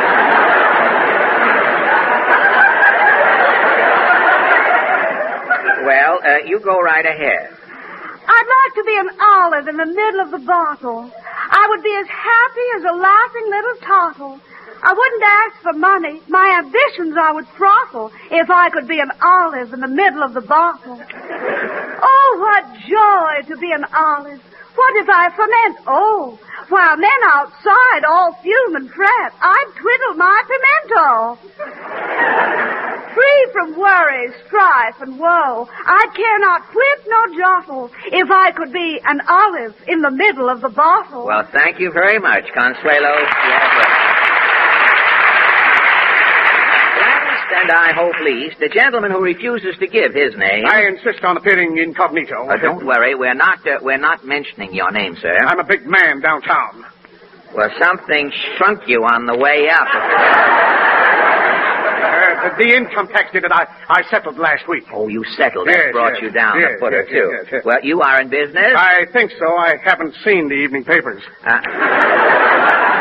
Well, tell me, how did you start writing, sir? Well, I'm in business, and there is no business. I have to have a hobby. Oh, naturally. I started writing poems on memos and sending them to employees around the office. What happened? Employees sent them back. Well, that I can understand. But I'm not discouraged. I'm reciting here tonight. I was afraid of that.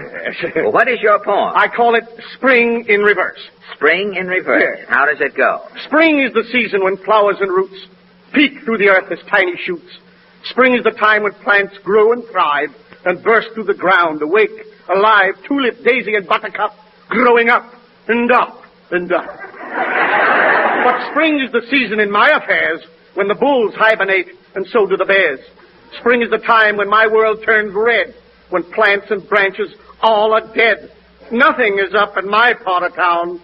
Everything's going down and down and down. What business are you in, brother? I'm a stockbroker. That explains everything. Thank you, Mr. Hoover. Oh, hello, Portland. I didn't see you there. Hello, Mr. Allen. What are you looking for? Have you lost something? Oh, I'm looking for a broom. I have to sweep up in front of the microphone. Well, not now, after the program. Now, if you read your contract, Clause 7 tells you when you have but to... But Canini Bakerino won't appear again unless the floor is spotless. Canini Bakerino? Uh-huh. That's Kenny Baker's new name. Well, if Kenny thinks changing his name is going to keep him out of the draft, you know, they see through that. That's not it, Mr. Allen. Well, what is it? Kenny sang with the Chicago Women's Symphony last Sunday. Oh, he sang with the symphony and he's gone high-hat, huh? Canini Bakerino. How do you like that? Look, he could call himself John Charles Fink. And he would still be Kenny Baker the Dope. But Canini says he's going across the water to study. Oh, Canini's going to Europe? No, Staten Island. Staten Island, the cultural center. The last time the opera played Staten Island, they took out the last 2 acts of Faust and put in Bingo, I hear.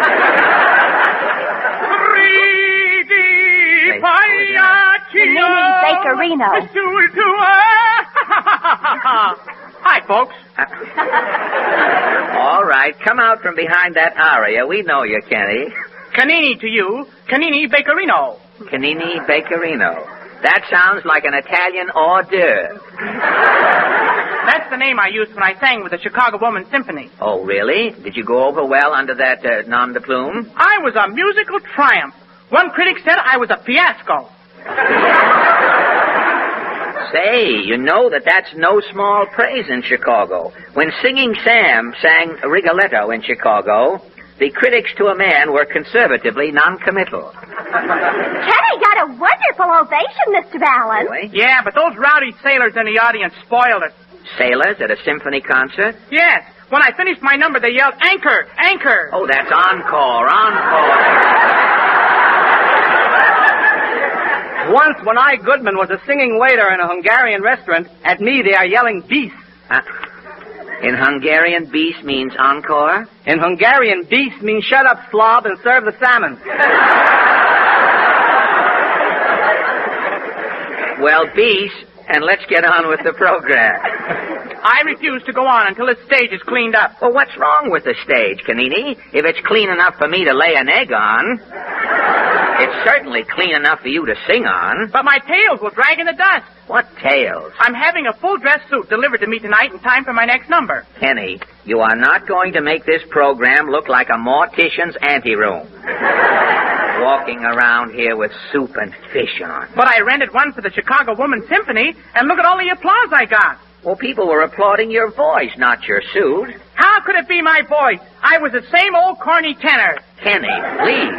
Gosh, Kenny, I can't wait to see you in a full-dress suit. Oh, it ought to be here any minute, Forty. I bought it at the Schleep Clothing Company.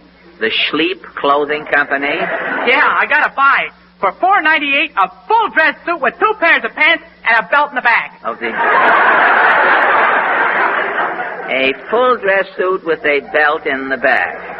And 2 pounds of mothballs. 2 pounds of mothballs thrown in. Did they fall out of the suit or did they come on the side? Well, look, Kenny, this Schleep Clothing Company sounds to me like some pushcart outfit. Oh, it's a big clothing chain, F.A. Haven't you heard the radio program? No. They broadcast opposite us. They're on the air now. They must have lots of listeners. Never mind that, Portland. Never mind. Don't go into statistics. I gotta tune in right now. They're playing one of my records. I made a deal with them. Oh, I'll turn on the radio. And now, ladies and gentlemen, the Schleep Clothing Company presents Transcription Time, featuring Kenny Baker. Some plug, huh, F.A.? Kenny sings as his first number, You Walked By. Oh, you are men. Don't be suckers. Don't miss this great closing out sale at the Schleep Clothing Company. Suits formerly priced at $140 are yours for $12.98. Woolens, flannels, herringbone, checkers, tweeds, and worsteds. Take advantage of this great closing out sale. Be a wolf in Schleep's clothing.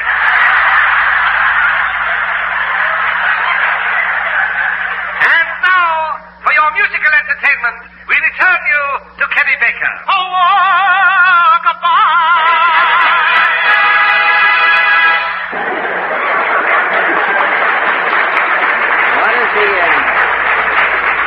What does Kenny do now? Sing a quarter note for an encore? And now, men, while Kenny Baker prepares his encore, remember you have only until midnight tonight to act. The Schleep Clothing Company is through tonight. We're licked. Our lease is up. Also, we are bankrupt. The store is on fire right now. We're through. This is positively our last night in business.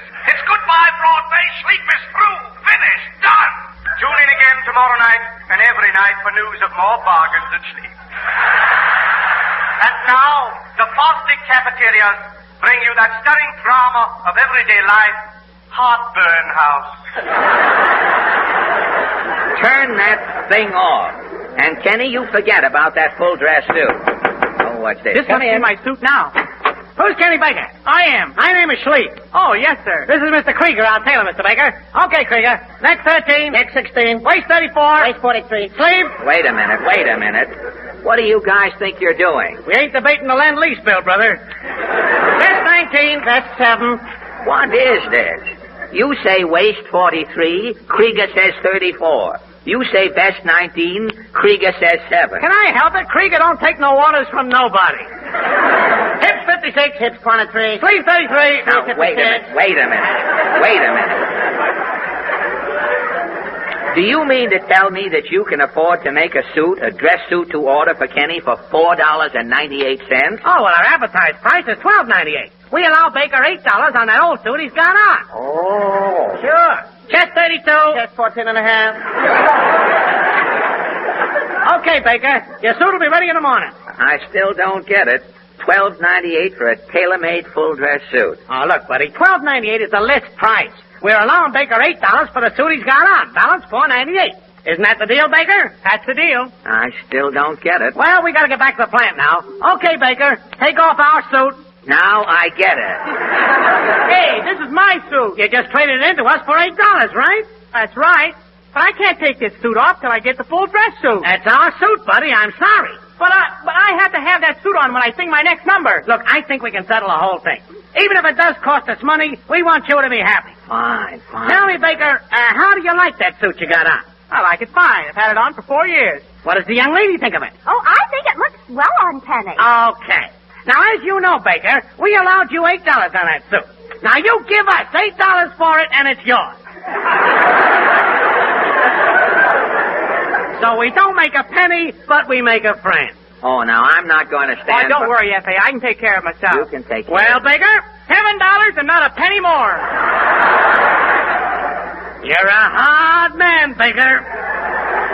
Okay, we'll take the $7. Kenny. It's a deal, mister. Here's your money. Okay. Let's go, Krieger. That's say 32. say 44. Kenny, of all the boy, did I pull one on them. You pulled one on them? Yeah, didn't you get it? Get what? They forgot the sales tax. Oh.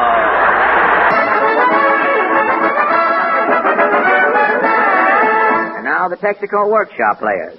Tonight they present a burlesque of one of radio's most popular programs, Haven Macquarie's Marriage Club. Our version is called the Wedlock Society, or Troth and Consequences. Music.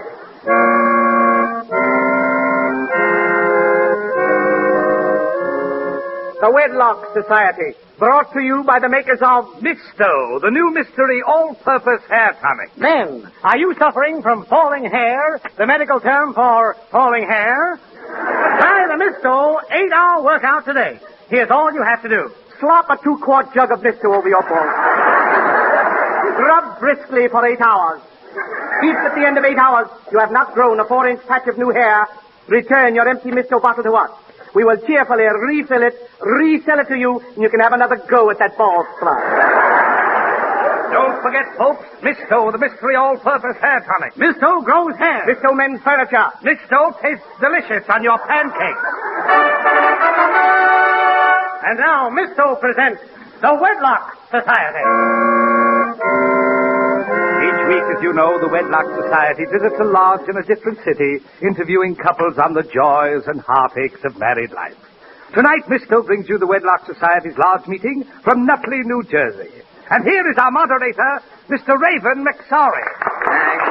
Thanks, brides and grooms, and welcome one and all to this meeting of the Nutley Lodge of the Wedlock Society. As we convene here tonight, let us give thanks to Cupid, who first joined our hands together in wedlock and started us down the pathway of life, ready to clip our coupons from the bonds of matrimony. Is our first loving couple ready, Cat? Yes, Raven. Will you old folks step up to the microphone? This way. Okay. Right here, madam. Folks, I wish you could see this devoted and tottering couple. Mr. and Mrs. Obadiah Kelp. Welcome, Obadiah. Thank you. Welcome to the Wedlock Society, Mrs. Kelp. Now, Brother Kelp, where do you and your ever-loving spouse come from? We come from right here in Nutley. And how long ago did you two get pelted with rice and hit on the head with old shoes? I'm speaking to your boyfriend, Mrs. Kelp. Thief, don't pay her no heed. Oh. We've been married 37 years. Adoring each other 37 years. Congratulations. Shut up, Cynthia. Speaking to Daddy. Oh! Now tell me, Brother Kelp, how did you propose to this apple of your eye here? Whole thing was a mistake. Mistake? Well, Cynthia was always deep as a haddock.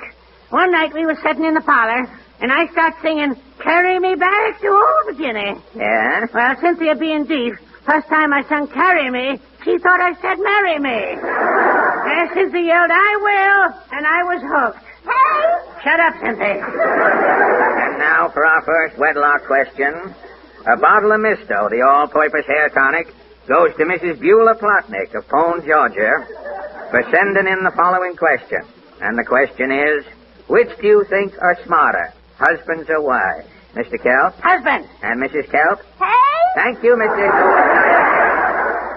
For your brilliant answers, the makers of Misto present you two charter members of the Wedlock Society with these two crisp $5 bills and these two 2-gallon jugs of Misto. Thanks. Shut up, Cynthia.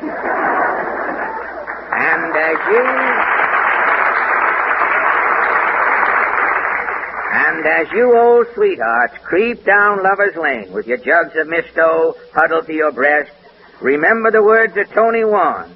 Our first love and last love is the same love. That's love. And now our next turtle doves, Mr. and Mrs. Homer Swann. Good evening, lovers eternal. Hello. Hello. I'm feeling faint, Homer. Now, don't get nervous, little lady. Mine is always fainting. How long since you two were welded by Cupid's blowtorch? 10 years. Seems like 50. And how many bundles of bliss has the progeny pelican dumped down your chimney? Well, huh? feel faint, Homer. Not now, Miner. What was that question again, mister? How many little feet patter around your floor as night falls? Oh, hundreds. We got mice.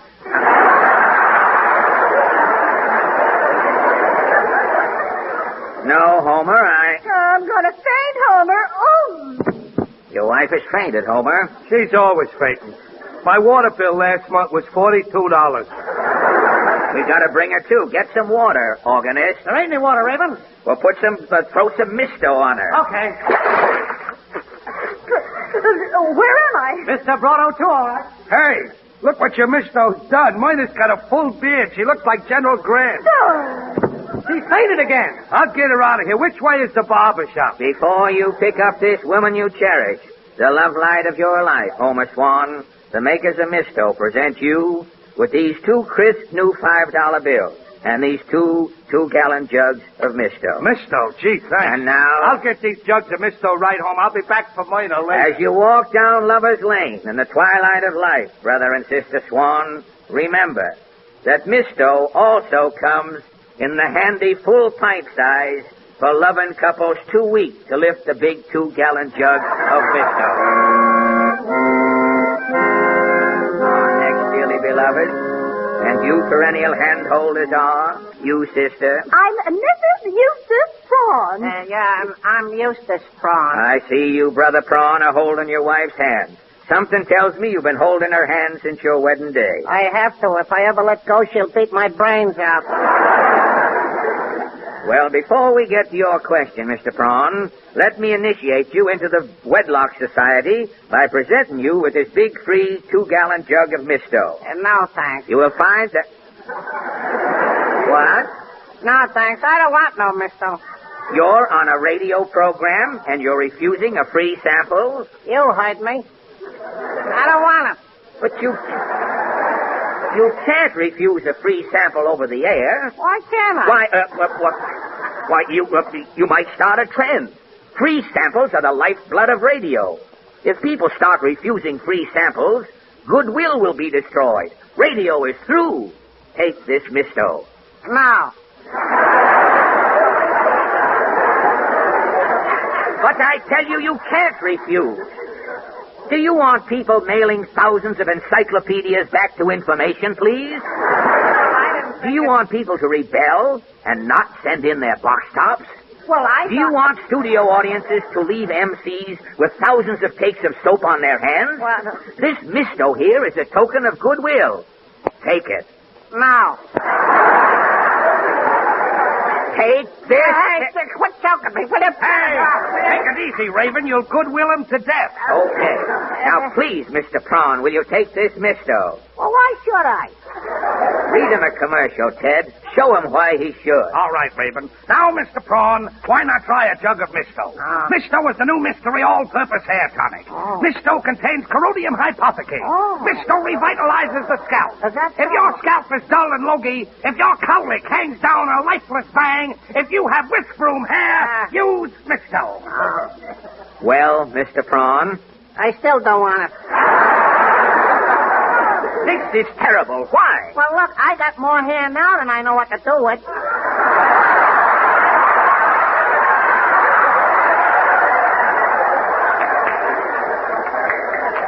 You haven't got it with you. No, I mean on my chest. Yeah, I have to part my chest to zip up my union suit. Misto also contains glue. It mends furniture. I live in a trailer. But Misto is delicious. I know. Gosh, Raven, the sponsor's coming out of the control room. Mr. Bemis. What's going on here, Miss Story? This man refuses to take a free sample of Misto, Mr. Bemis. Refuses? He can't refuse. Misto will be the laughing stock of the country. If we can't give Misto away, how can we sell it? Yeah! You see, Mr. Prawn? I still don't want it. Mr. Bemis, he won't take it. He's got to take it. But sorry, if you don't make this yuck take that free sample, you're fired. Oh, yes? Come here, Prawn. I don't want it. I know. You don't want Misto, the hair tonic. I got hair. I know that. You don't want Misto, the furniture mender. I got no furniture. I know. You like pancakes. Yeah. Good. Misto tastes delicious on pancakes. Now, here's your free sample. I only like pancakes plain. But Misto is good for anything. I don't like anything. Prawn, You are the most cantankerous man I've ever seen. What's the matter with you, Prawn? Look, I got insomnia. I can't sleep. Mister ain't good for that. It isn't, eh? Hey, put down that jug. Hey, what are you going to do? I'm curing your insomnia. Take this. No.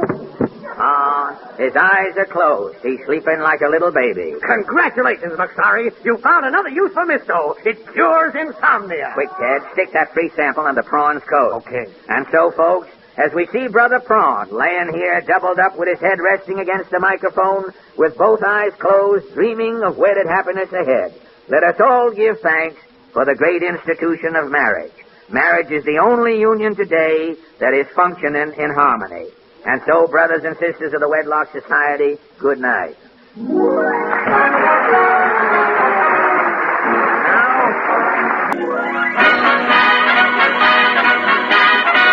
Hour of mirth and melody. With our star comedians, Fred Allen, Kenny Baker and Portland Hoffa, Win Murray and Al Goodman's orchestra. Good evening, ladies and gentlemen. Once again, it is my pleasure hurry up, Jimmy. to introduce that happy harlequin, let's go, that Jimmy. tycoon of titillation, Step on it, that Jimmy. magnificent merrymaker. Come on, Jimmy, that's plenty. All right, here he is, Fred Allen in person.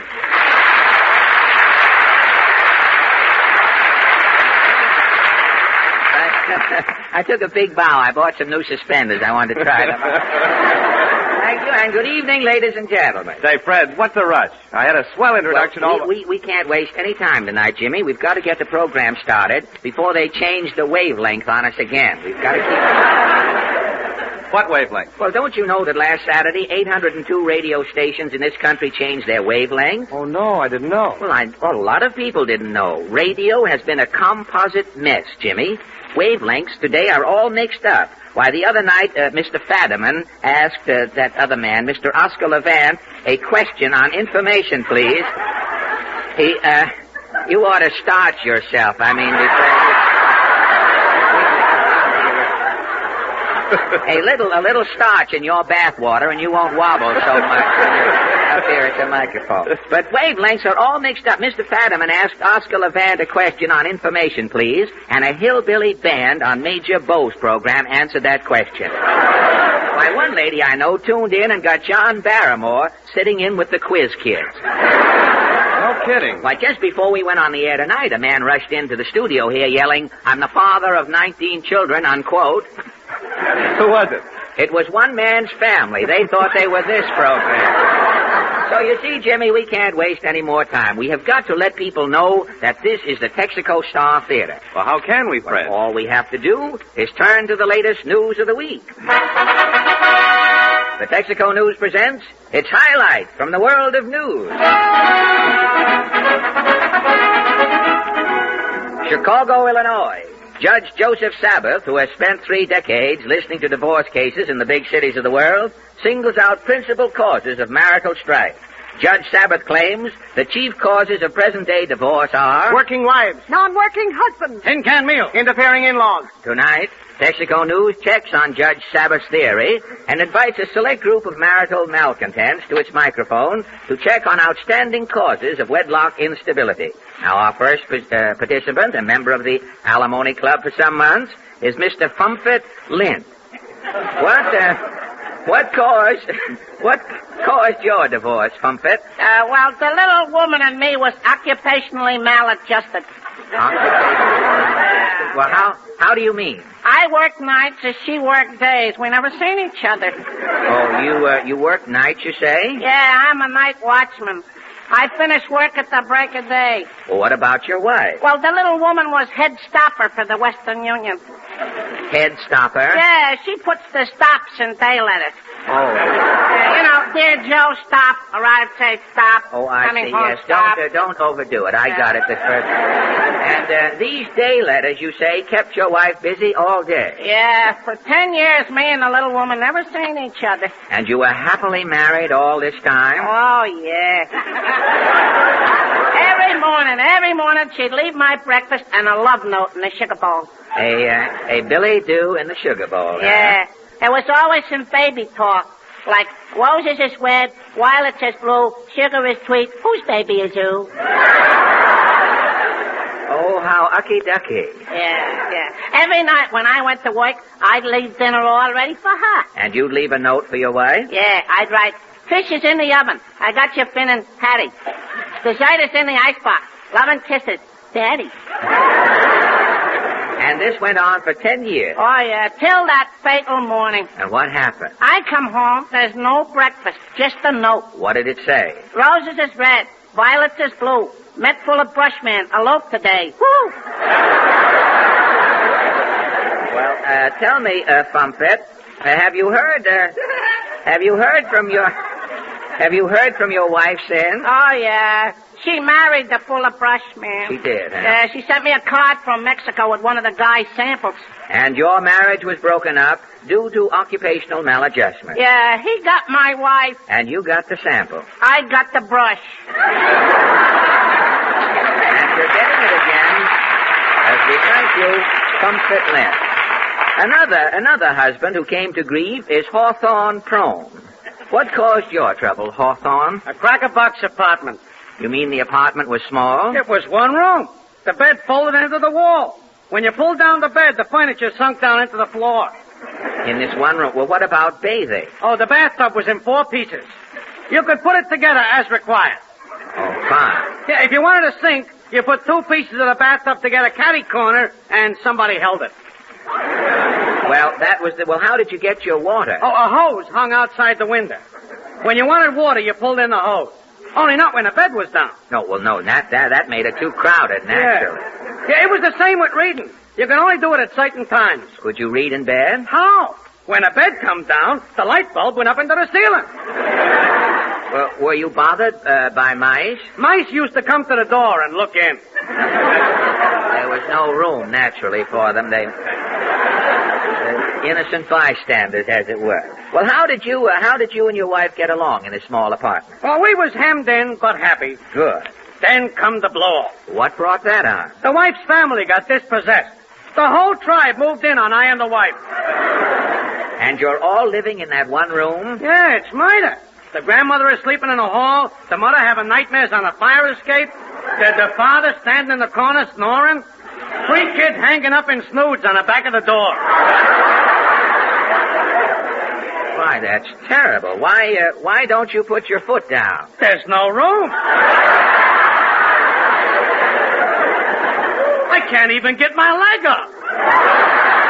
And your advice to newlywed husbands is? If you want to be boss in your own home, don't never move into no cracker-box apartment. Good. Live in a place where at least you got room to put your foot down. Well, thank you, Hawthorne Prone. And now a gentleman who comes to us direct from a run of 27 weeks on the Goodwill Court. What is your name again, brother? Lionel Standard.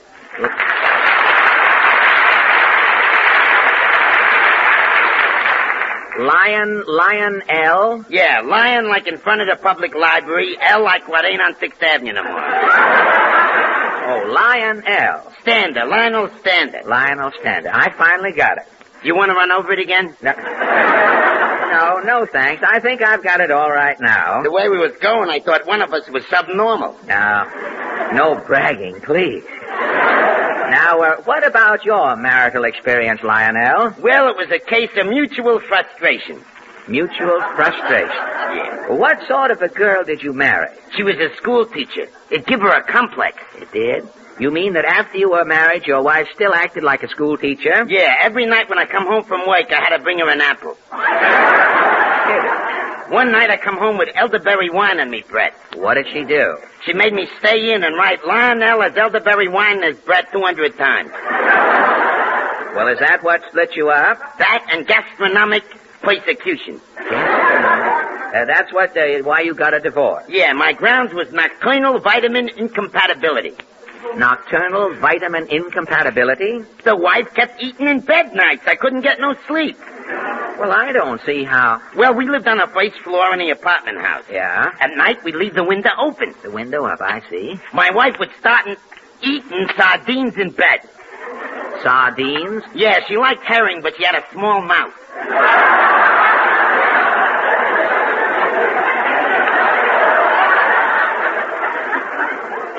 you say she ate these sardines in bed? Yeah. When she put out the light, the cats in the neighborhood would smell the sardines and start jumping in through the window. Don't say. Some nights there'd be 200 cats steeplechasing over their beds. And you'd still be sleeping? But not for long. What would happen? Well, from having seepage in me muffler all winter, I got chronic asthma. This seepage in your muffler brought on this chronic asthma, huh? I'd whistle in me sleep. You'd whistle? Yeah, it wasn't bad enough with the cats. When I whistled, every dog on the block came jumping in. And when the cats and dogs got together... That's all, brother. You went to court? I got a divorce and hydrophobia. And your advice to fellows contemplating marriage is? Men, marriage is a mirage. When you get up close, there's nothing to it. Well, thank you.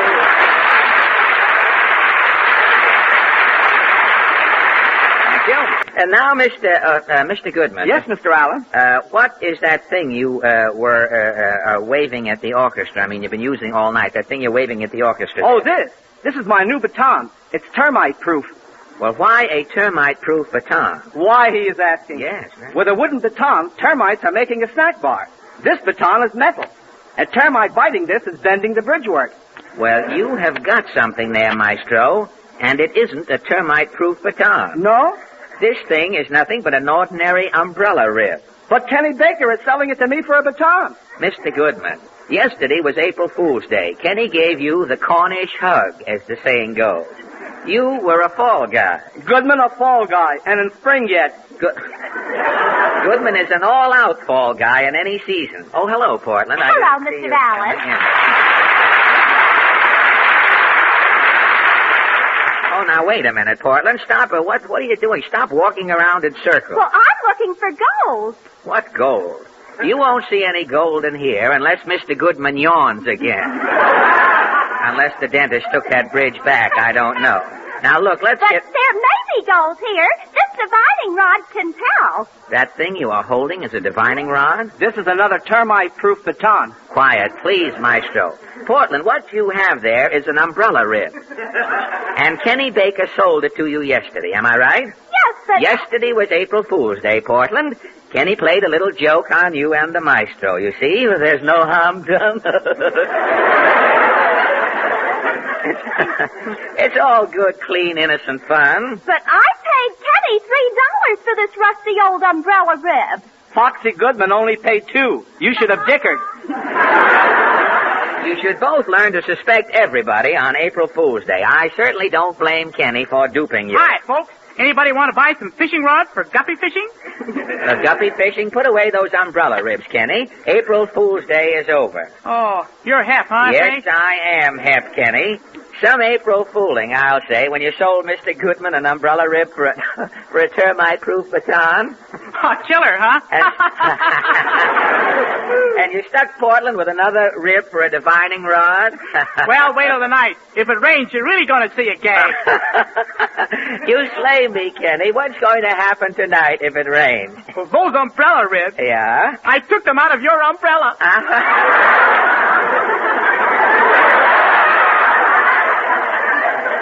Now, just a minute, Kenny Baker.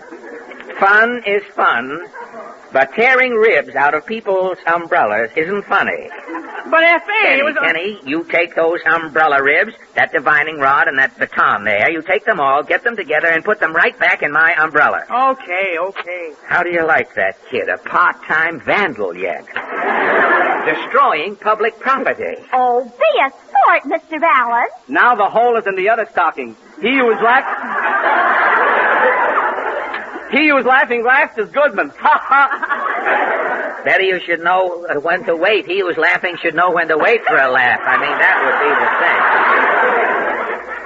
Well, quiet the both of you. I'm here to tell the two of you, now that you're here, that boy needs a lesson. Kenny Baker, I'll show him what it feels like to be made a fool of. What are you going to do, Mr. Allen? I am going to make Kenny look sillier than the end girl in a daisy chain. If that's possible, I'm going to have a go at it. Sound man. Yeah, Mr. Allen? Now, look, Sam.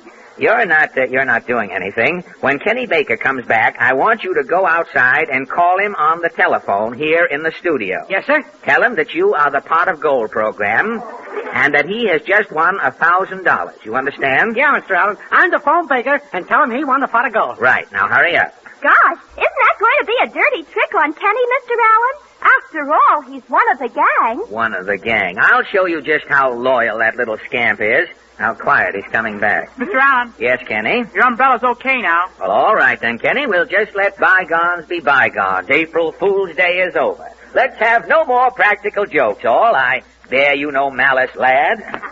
He should live so long. Maestro, please. Now, say, Kenny, it just occurred to me, while you were out, an interesting community problem came up. What problem? Well, now, as you know, we all use the telephone here, and we all chip in every month and pay the phone bill. Am I right? Yes, F.A. Well, now, suppose this phone number here won a prize.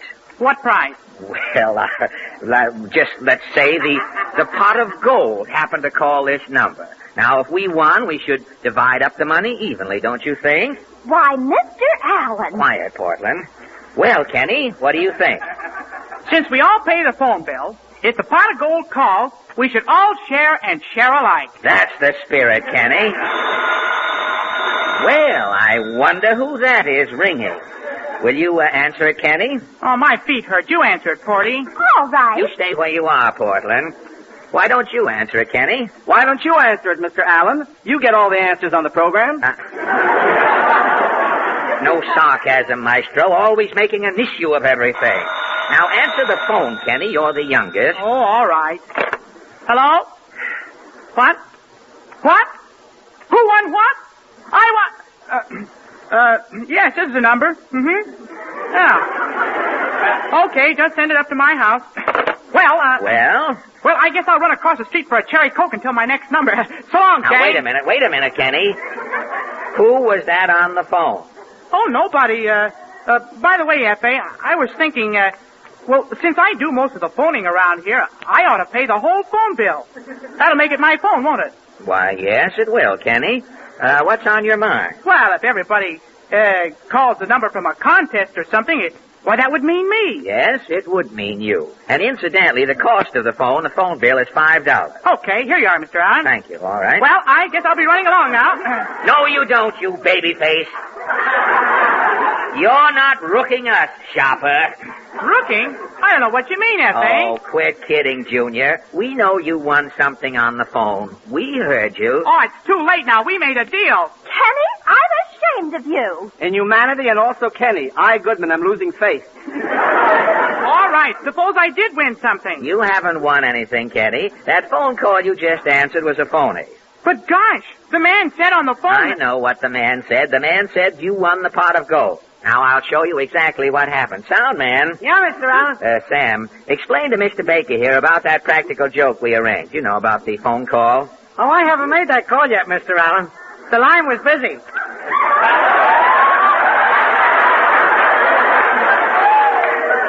You didn't make the call. You didn't make the... I didn't make the call.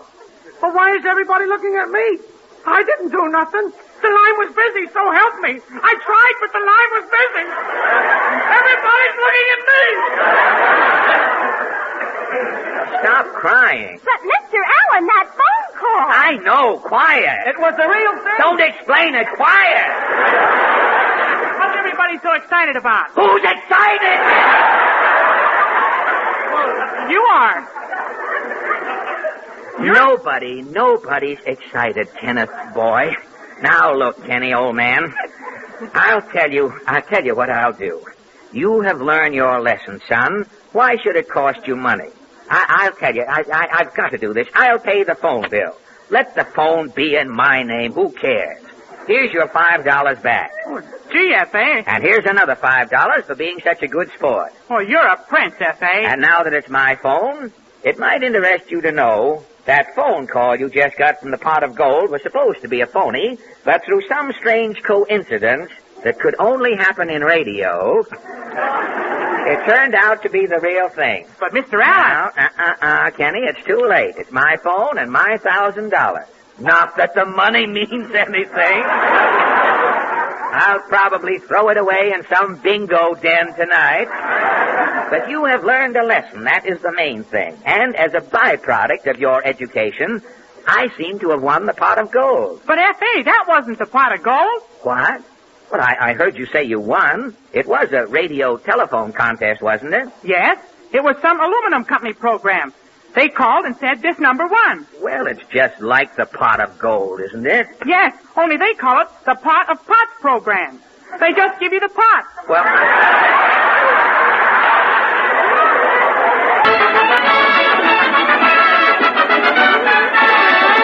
And now the Texaco Workshop Players. Tonight, they present a Hollywood murder mystery. It's called Death Gets Back on the Job After Taking a Holiday, or One Long Pan Takes a Chance and Outchanced Charlie Chan. Music, maestro.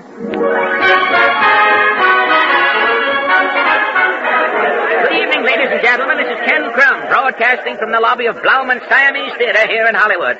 Tonight we bring you another Gala Hollywood premiere, the first showing of that sensational new mystery, Charlie Chan in Flatbush. This is the 100th Charlie Chan picture to be premiered here in Hollywood. Charlie Chan is here. Right now, Charlie's leaving his footprints in the cement here at Blauman Siamese. The lobby's crowded with stars. There goes Slim Somerville. Here's a friend of Gene Autry's passing by. What a night. Every star is out to see Charlie Chan in Flatbush. And here's the producer of the picture, Mr. Sasha Watso. Tell our radio audience, Mr. Watso, how much did the picture cost? The picture is costing me $2 million. And can you tell us something about the mystery, Mr. Watso? How am I going to get back the $2 million? That's the mystery. Thank you, Sasha Watso. And here's the author of the picture, Mr. Ludwig Korn. Good evening, all. You've written the entire Charlie Chan series, Mr. Korn? Yes, but Charlie Chan and Flatbush beats them all. You failed at this... Yes, it tops Charlie Chan in Honolulu, Charlie Chan in Mexico, Charlie Chan in Kankakee, Charlie Chan Get away. And thank you, Mr. Ludwig Korn. And now a word from the director of the picture, the brilliant young genius who has all Hollywood agog, Mr. Dawson Bell. It isn't necessary to introduce me by name. No? Merely say, ladies and gentlemen, here he is. The world will know.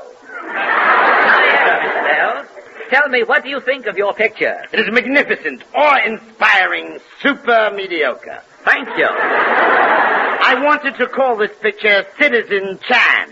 The rest, you know. Yes, we do. Thank you, Dawson Bells. And folks, here comes the star of the picture, Charlie Chan. Yes, folks, it's Charlie Chan in person. Say something, Charlie. Charlie Chan, very glad. Say hello. Very glad. Finish 100 picture. Very glad. Oh. Charlie shot. Hey, Confucius, clap hands. Here comes Charlie.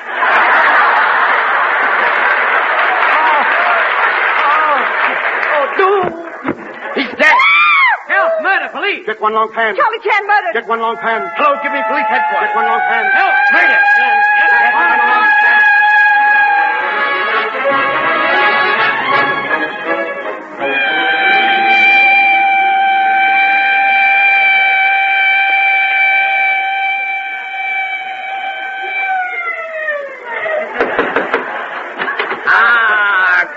Gleating, have terrible time stopping car. Almost went by.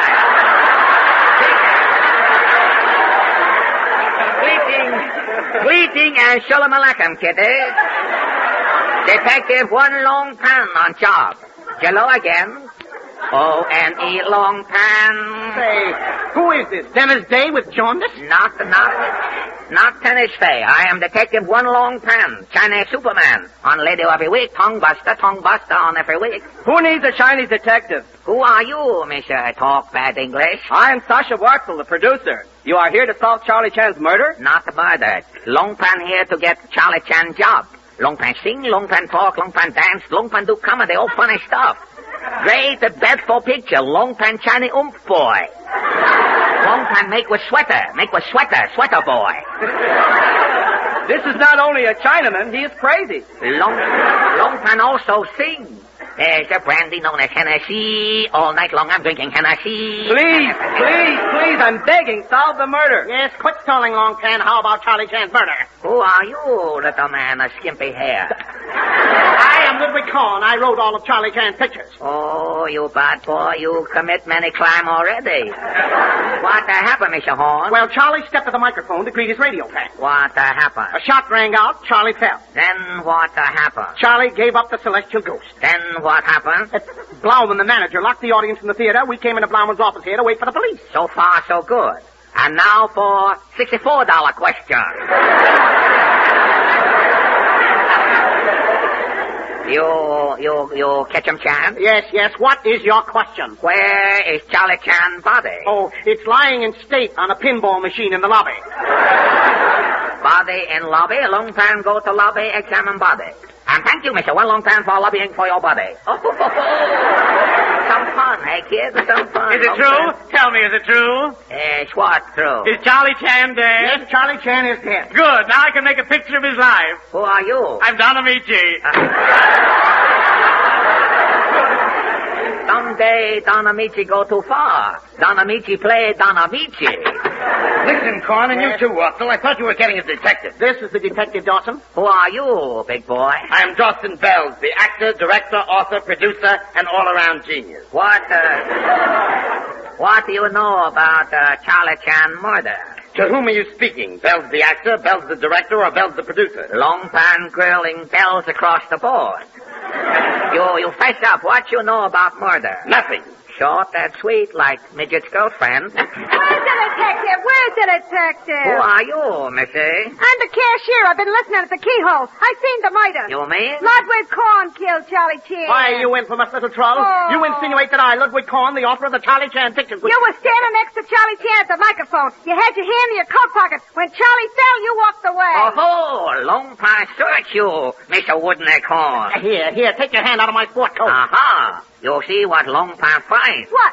Louella. A revolver. Oh, that proves nothing. This is Hollywood. Anybody might be carrying a revolver. Why don't you search Dawson Bell? Ridiculous. What would I be doing with a pistol? Long time flisk. Make sure. Do. Jeeper, peeper, side pocket. Look. What? Louella. A revolver? I told you. Search Watson. He's probably got a gun, too. Who's got a gun? Long time flisk. Make sure. Look in the Wassall coat pocket. Holy smoke, Louella. Just a minute. Somebody slipped that gun in my pocket. I had no Louella.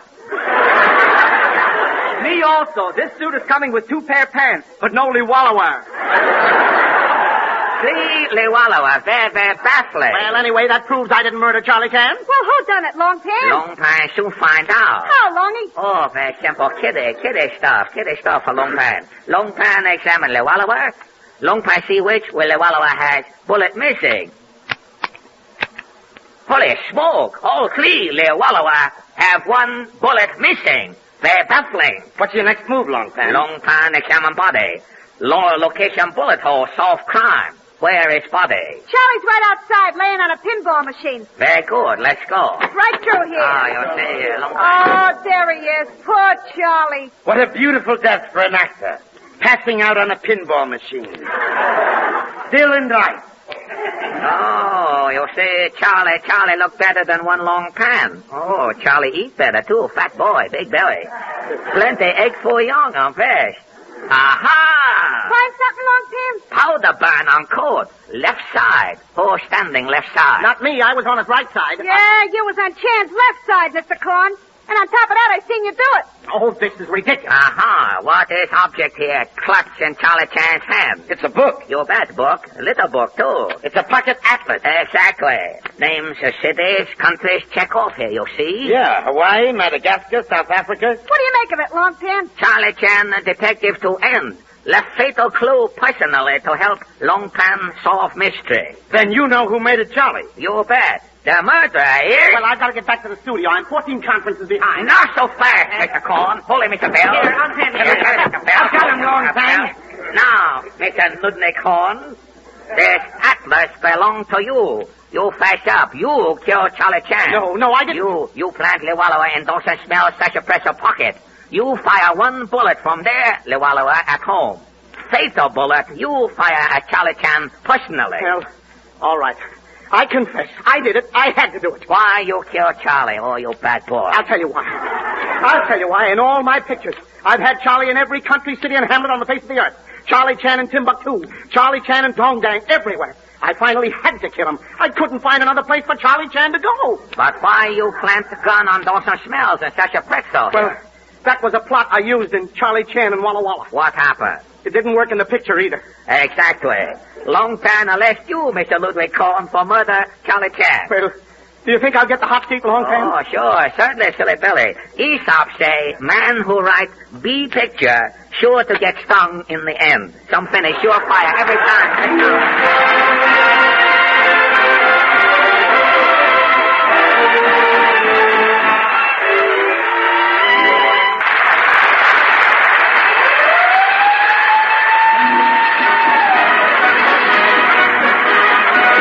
Welcome, ladies and gentlemen. We invite you to enjoy the next 60 minutes with Fred Allen, Kenny Baker, Portland Hopper, our special guest, Miss Louella Parsons, and Al Goodman's orchestra.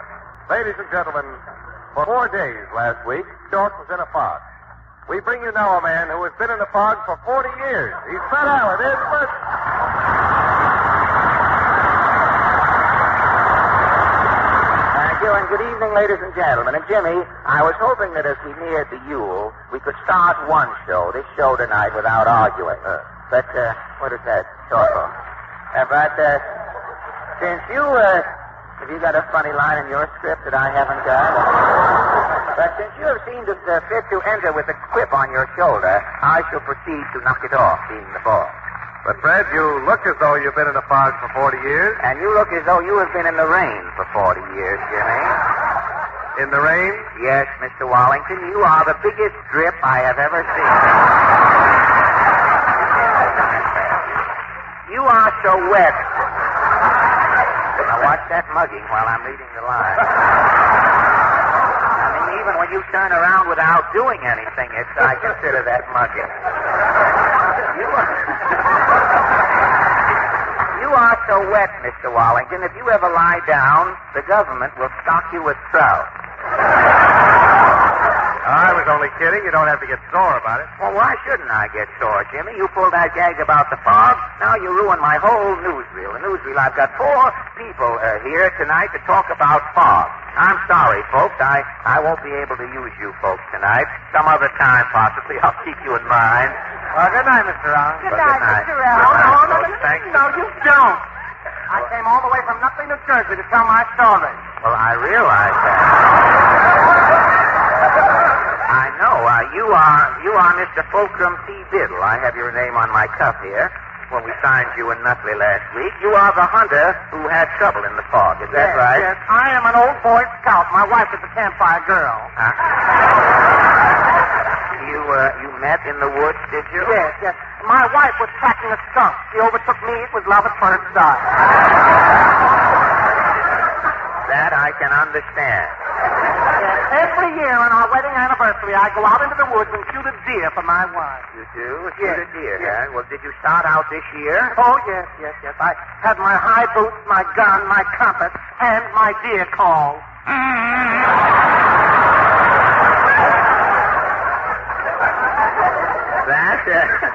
That is your deer call, is Yes. it?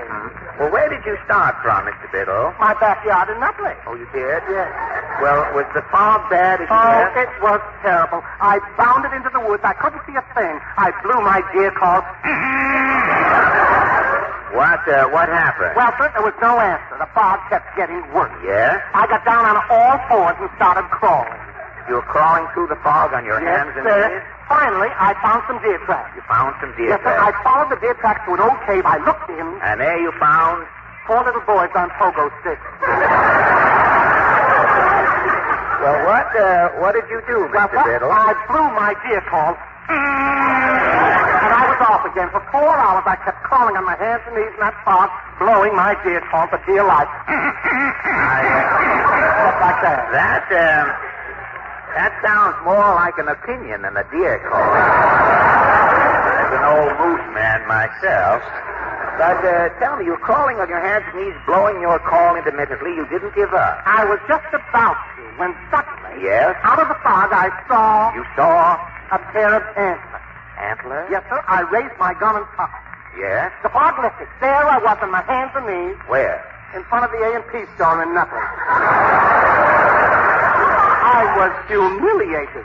Well, you did bag a deer, Mr. Biddle. It turned out to be a man carrying a hall tree. The antlers was man with the hall tree. Yes. So you didn't get your deer after all. No, I got a summons. The man is suing.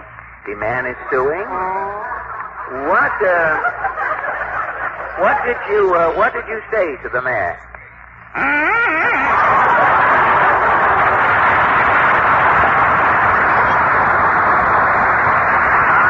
And thank you for your labial contribution, Mr. Fulcrum Biddle. Well, now we guess we can get on with the show now. Not quite yet, old boy. All staff, Openshaw. Well, not tonight. We don't want any tonight. But I have written a fresh batch of poems. We are not interested. Have you heard Goodbye, Sweet Flossie, Here Comes the Posse?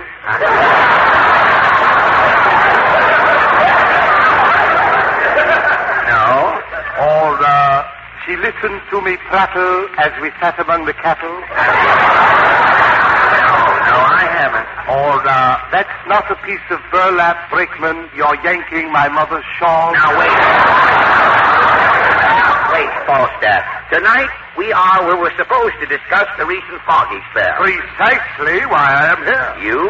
I have written a poem about it. And what is your fog poem called? An epilogue to fog. An epilogue to fog. Well, how does it go? Poets for eons facing starvation have turned to the weather for inspiration. They have written odes to the sleet and snow, to the rain and the frost, and the wine moaning low. The wine. But I am a poet, a renegade. A song of fog is my serenade. When I sing a fog, I'm all agog, like a hog in a bog or a frog on a log, like a polly with its wog or an egg in its nog. Yea, the muse I flog to sing of fog. Well, thank the you. The reason I chant of fog is plain. I run a lighthouse up in Maine. Fog is what makes my living for me. Where would I be but for F-O-G? Well, thank you. If there was no fog on that lonely reef, my lighthouse would close, and I'd be back on relief. Well, thank you very much. And now, ladies and gentlemen, may I present our guest, a lady who probably knows more about Hollywood than the Hollywood Chamber of Commerce. She is Miss... Mr. Allen! Well, Portland.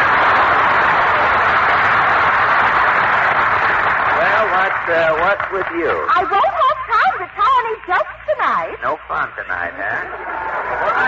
Why not? Penny and I are going to surprise our guest. Surprise hour? Do you know who our guest tonight is? It's Miss Louella Parsons, the famous Hollywood columnist. Wait till you see the big Hollywood reception Penny has fixed up for Miss Parsons. Hey, Penny? Yeah, you bet, F.A. Why, you can't sneak her on. Miss Parsons is from Hollywood. Well, no, but how can we give her a big reception with three of us? Mr. Goodman bought a special fanfare. A fanfare? It cost $15. He got it wholesale. Through a friend. They knows a man with fanfare. Well, what kind of a Really, fanfare? my God. What kind of a fanfare is it? Well, Mr. Goodman, will you play Miss Parsons' fanfare, the $15 one? That cost $15 wholesale, huh? What was that little thing on the end? That was the sales tax.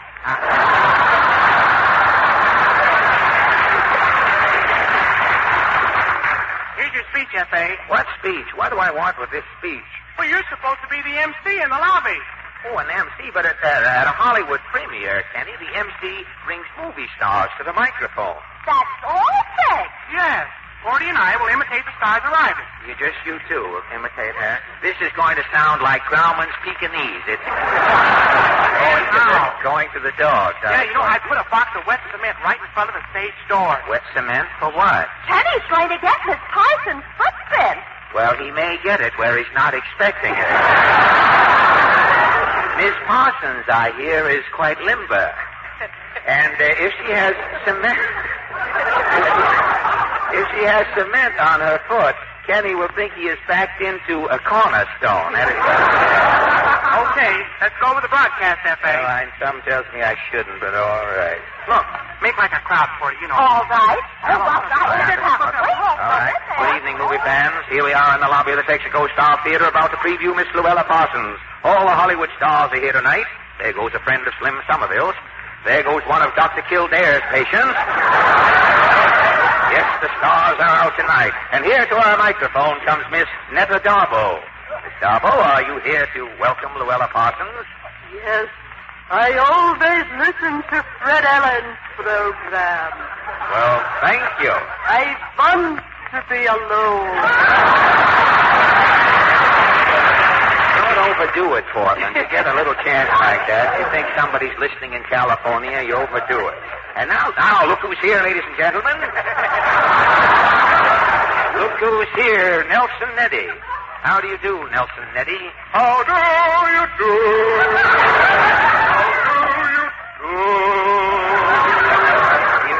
You are going in to cheer Miss Parsons? No, I'm here to get singing lessons from Kenny Baker.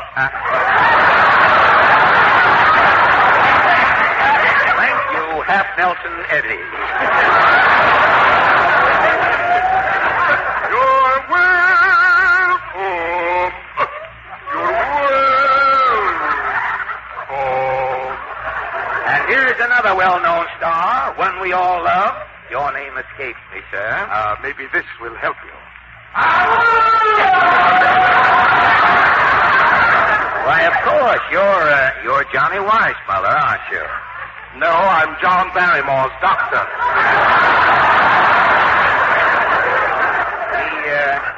He hasn't paid you yet, I get it. Well, still the stars flock by, and here comes the star of the evening, the first lady of the Hollywood columns.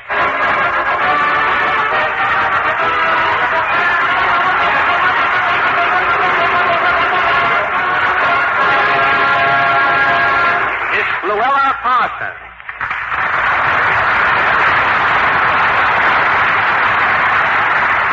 See what you did? You parted too soon. I really ought to read the whole thing over and make you do it.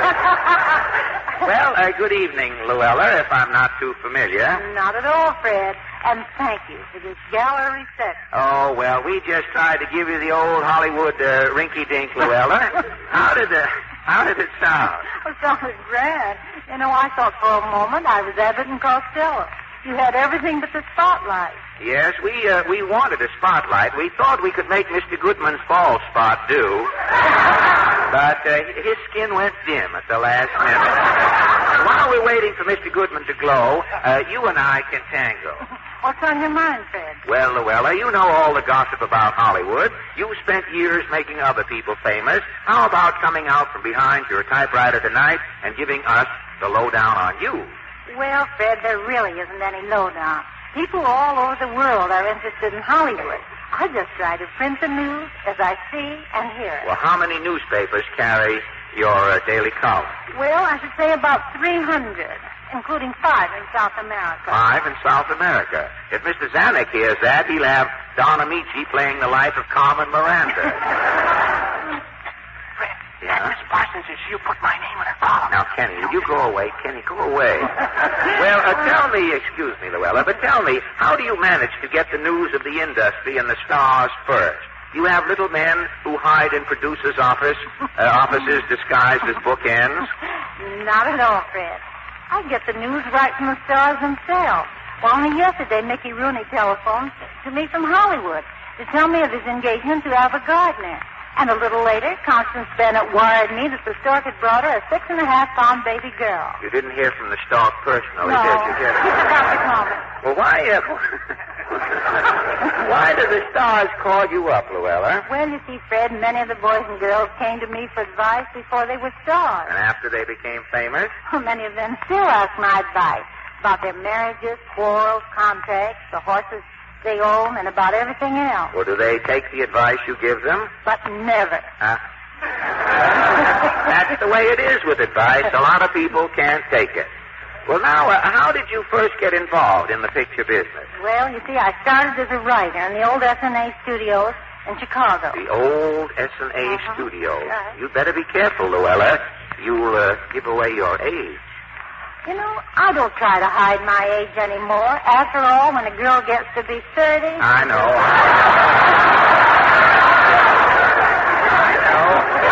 When a girl gets to be 30, she stays there. But when did you start writing movie gossip? On the old Chicago Record Herald. I started writing picture news for fun. And your daily report became the world's first syndicated movie column. That's right. Hey, Fred, ask her about my name. In a minute. I know your name. I'll ask her in a minute. Now, about Hollywood. Which came first, Louella? You or Hollywood? Well, I guess Hollywood came first. No day. Wait a minute. Wait for our laugh here. The doc won't like it if you talk on our laugh. No. Which came first, you or Hollywood? Well, I guess Hollywood came first. But in those days, it was just a small town. And the stars were all our neighbors. I know. Those must have been glamorous days. Indeed they were. You know, Fred, I remember when John Barrymore married Michael Strange. What a wedding. Oh, I read about that in the Encyclopedia Britannica. Little May Robeson was the flower girl.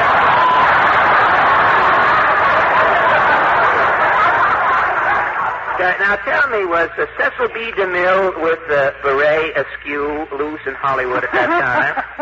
Yes, I'm afraid he was.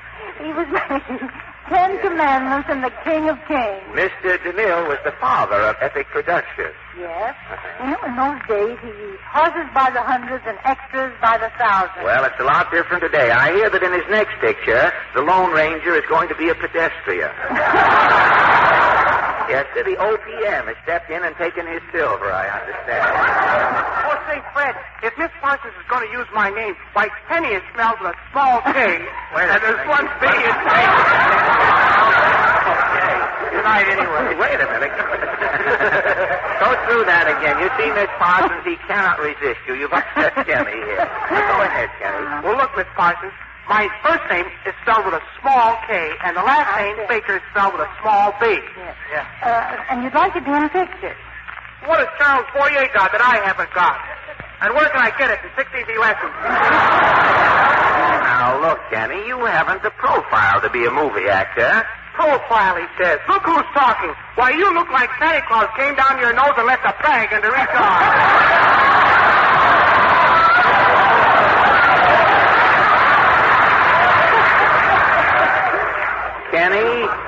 Kenny, you irk me with a capital J.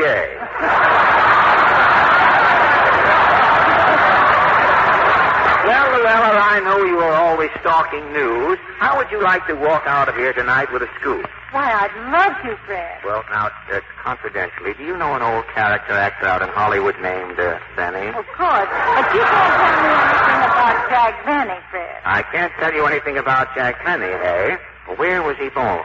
Why, in Waukegan, everybody knows that. So he hoodwinked you, too, huh?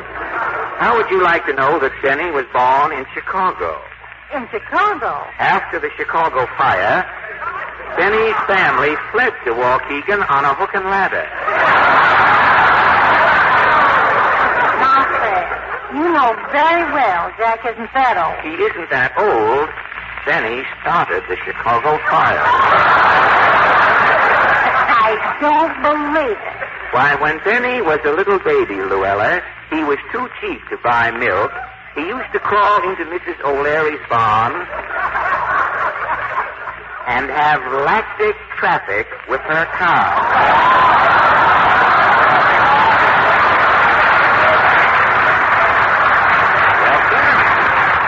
One cold night, Benny wanted some warm milk. He built a fire under the cow. Excelsior. I think you're prejudiced, Fred. Everybody out in Hollywood is crazy about Jack Benny. He's just a fun-loving boy. Boy, see. Say, do you know a girl out there who calls herself Mary Livingston? Of course I do. Mary is Jack's wife. Wife, Mary Livingston, is Jack Benny's daughter. Fred Allen, how can you say a thing like that? I have the proof, Louella. Years ago, Benny was married to a little seamstress in Philadelphia. Her name was Betsy Ross.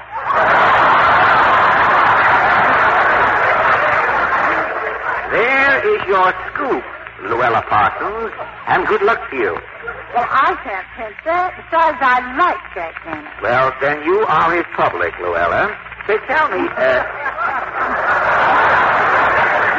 have many changes been made in Hollywood during recent years? A great many, Fred. In spite of sweater girls, girls, and so forth, Hollywood in general is glamorizing itself. It's coming down to work. Exactly. The old days of dark glasses, mammoth swimming pools, and general exhibitionism are gone. Good. Another thing I like is that during the past year, there have been fewer divorces and more babies in Hollywood than in any year I can remember. Well, of course, Louella, now that the stars have taken off their dark glasses, the stork can finally see to whom to deliver.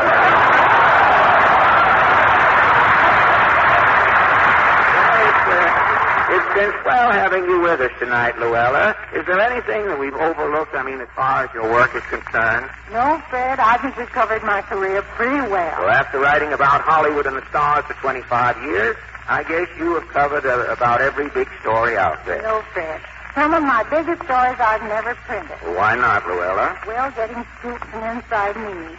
They've been saying to a Hollywood columnist. But no story is important enough to break another person's heart. That's all today. See you tomorrow. Thank you, and good night, Miss Good Louella night. Parsons.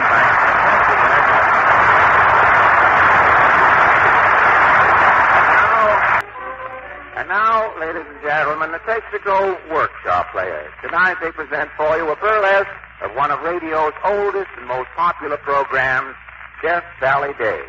This version tonight is called Death Valley Takes a Holiday, or He Died with His Boots Off, and the Indian saw 3 heels.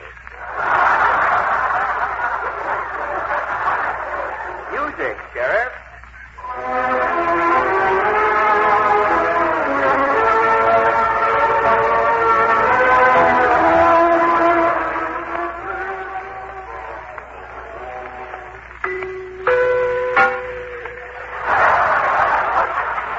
This is Station BNC, the breath of Broadway. Tonight, we bring you another true story as told by the old scout. Well, howdy, folks. Tonight. Before we hear from the old scout, just a word from our sponsor. Death Valley Takes a Holiday is brought to you by Fink's Fish Balls. Fink's Fish Balls contain only the cheapest fish. At all leading fish markets, Fink pays less for fish than all leading fish manufacturers combined. At the Fulton Fish Market, Fink pays 18% under the market price. At Fisherman's Wharf, San Francisco, Fink pays 42% under the market price. At the Trenton South Auction, Fink paid nothing for fish he stole. That is why Fink's Fish Balls may not be the best, but they are the cheapest. If it's Fink, it's a fish ball.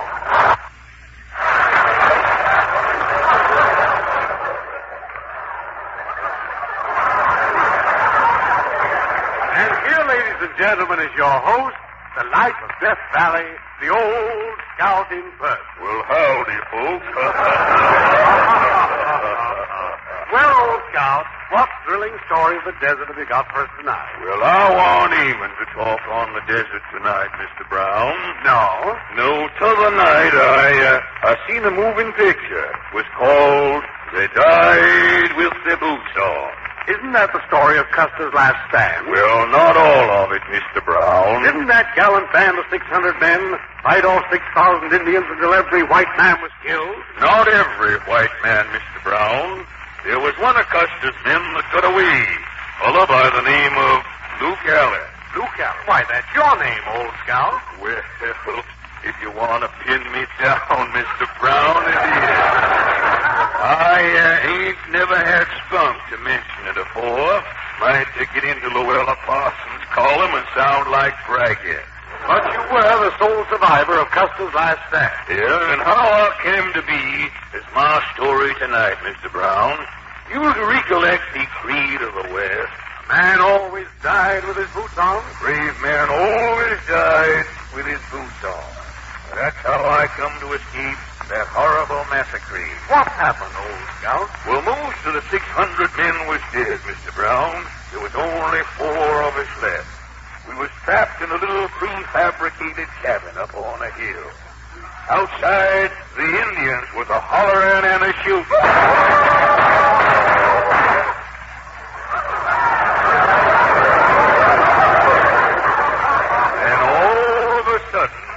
All of a sudden, like, it got quiet. Long John Bill there, one of our boys, spoke up. Hey, something's up. Them redskins have stopped to shoot. Maybe they're holding a powwow. Maybe them red fiends is gonna burn us out. Man, we only got one chance. What's that, Wild Bill? One of us has got to get through to Errol Flynn to get help.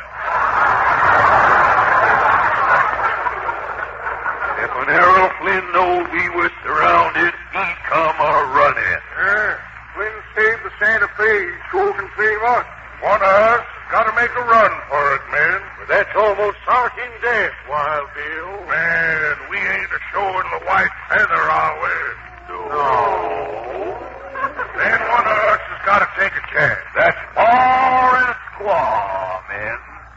One of you boys has got to get word through to Errol Flynn. Hey, wait a minute. One of us, boys. What about you, Luke Allen? Yeah, how about wait a minute. Hold on, men. I can't go. I'm liable to get killed.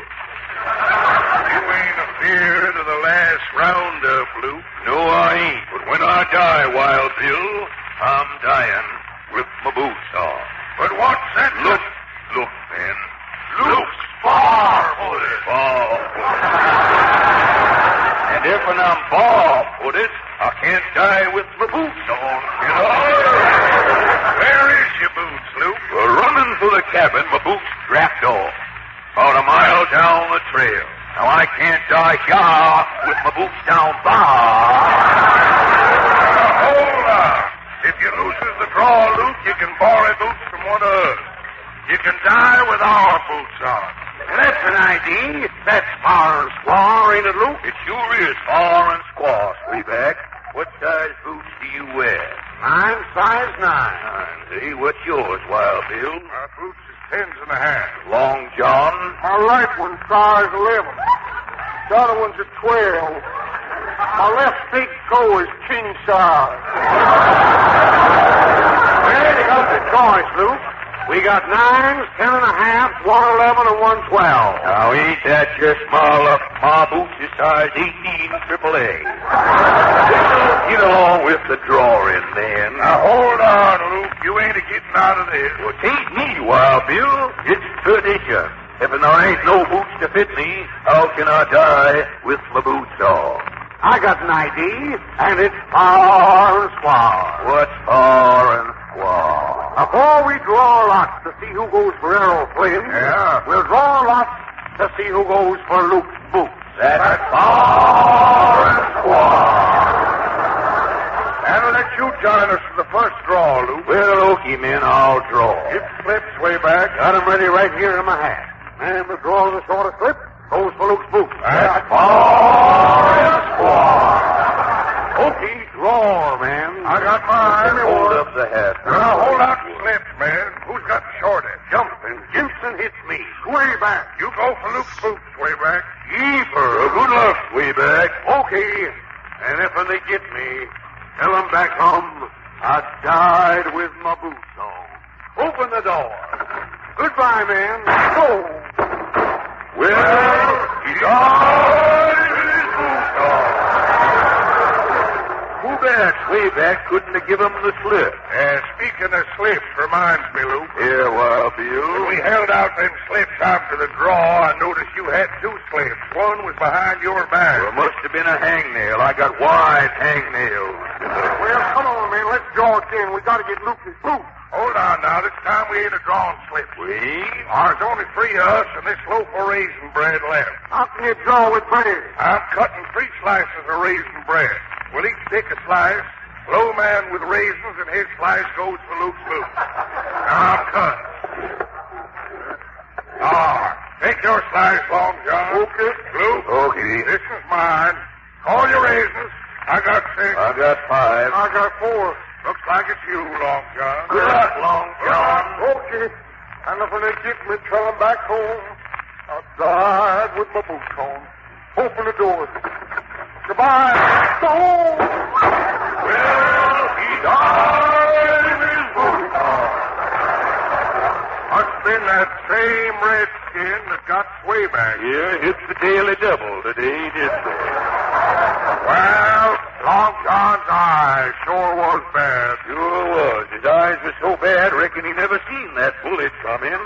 Long John never seen the two of them raisins in your bread was horse flies, neither.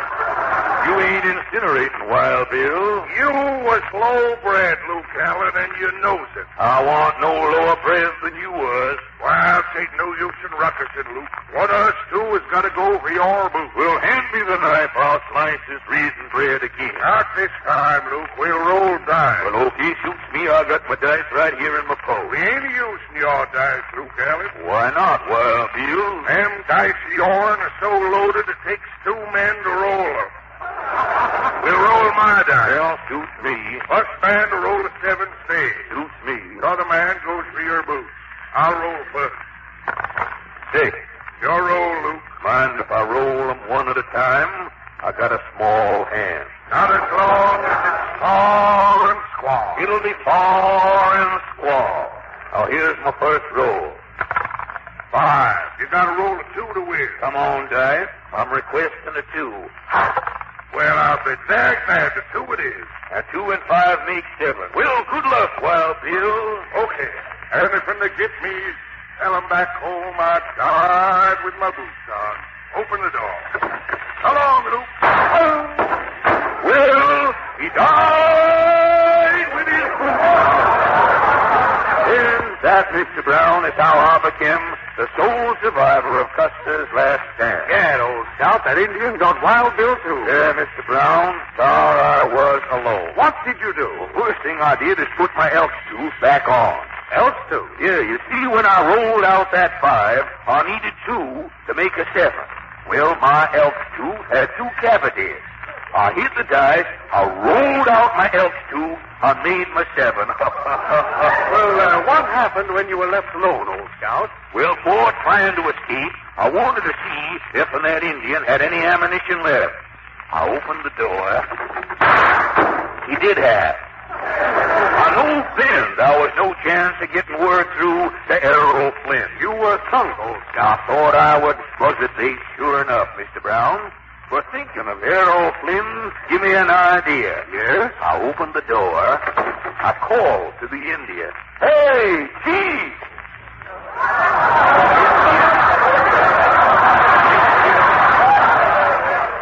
The Indian come to the door with his feathers at attention. The Indian says, I says, do you know Errol Flynn? Oh.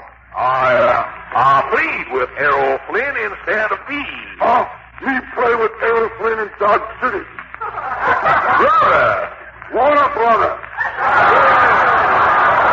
Well, with that, we was friends, Mr. Brown. You and the Indian were brothers. We was brothers under the Flint.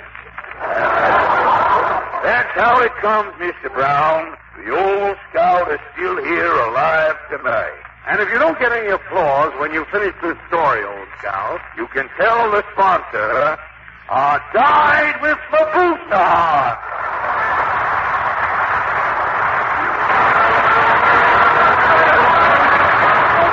Well, I guess that about winds everything up, ladies and gentlemen. Thank you for joining us tonight. Good night.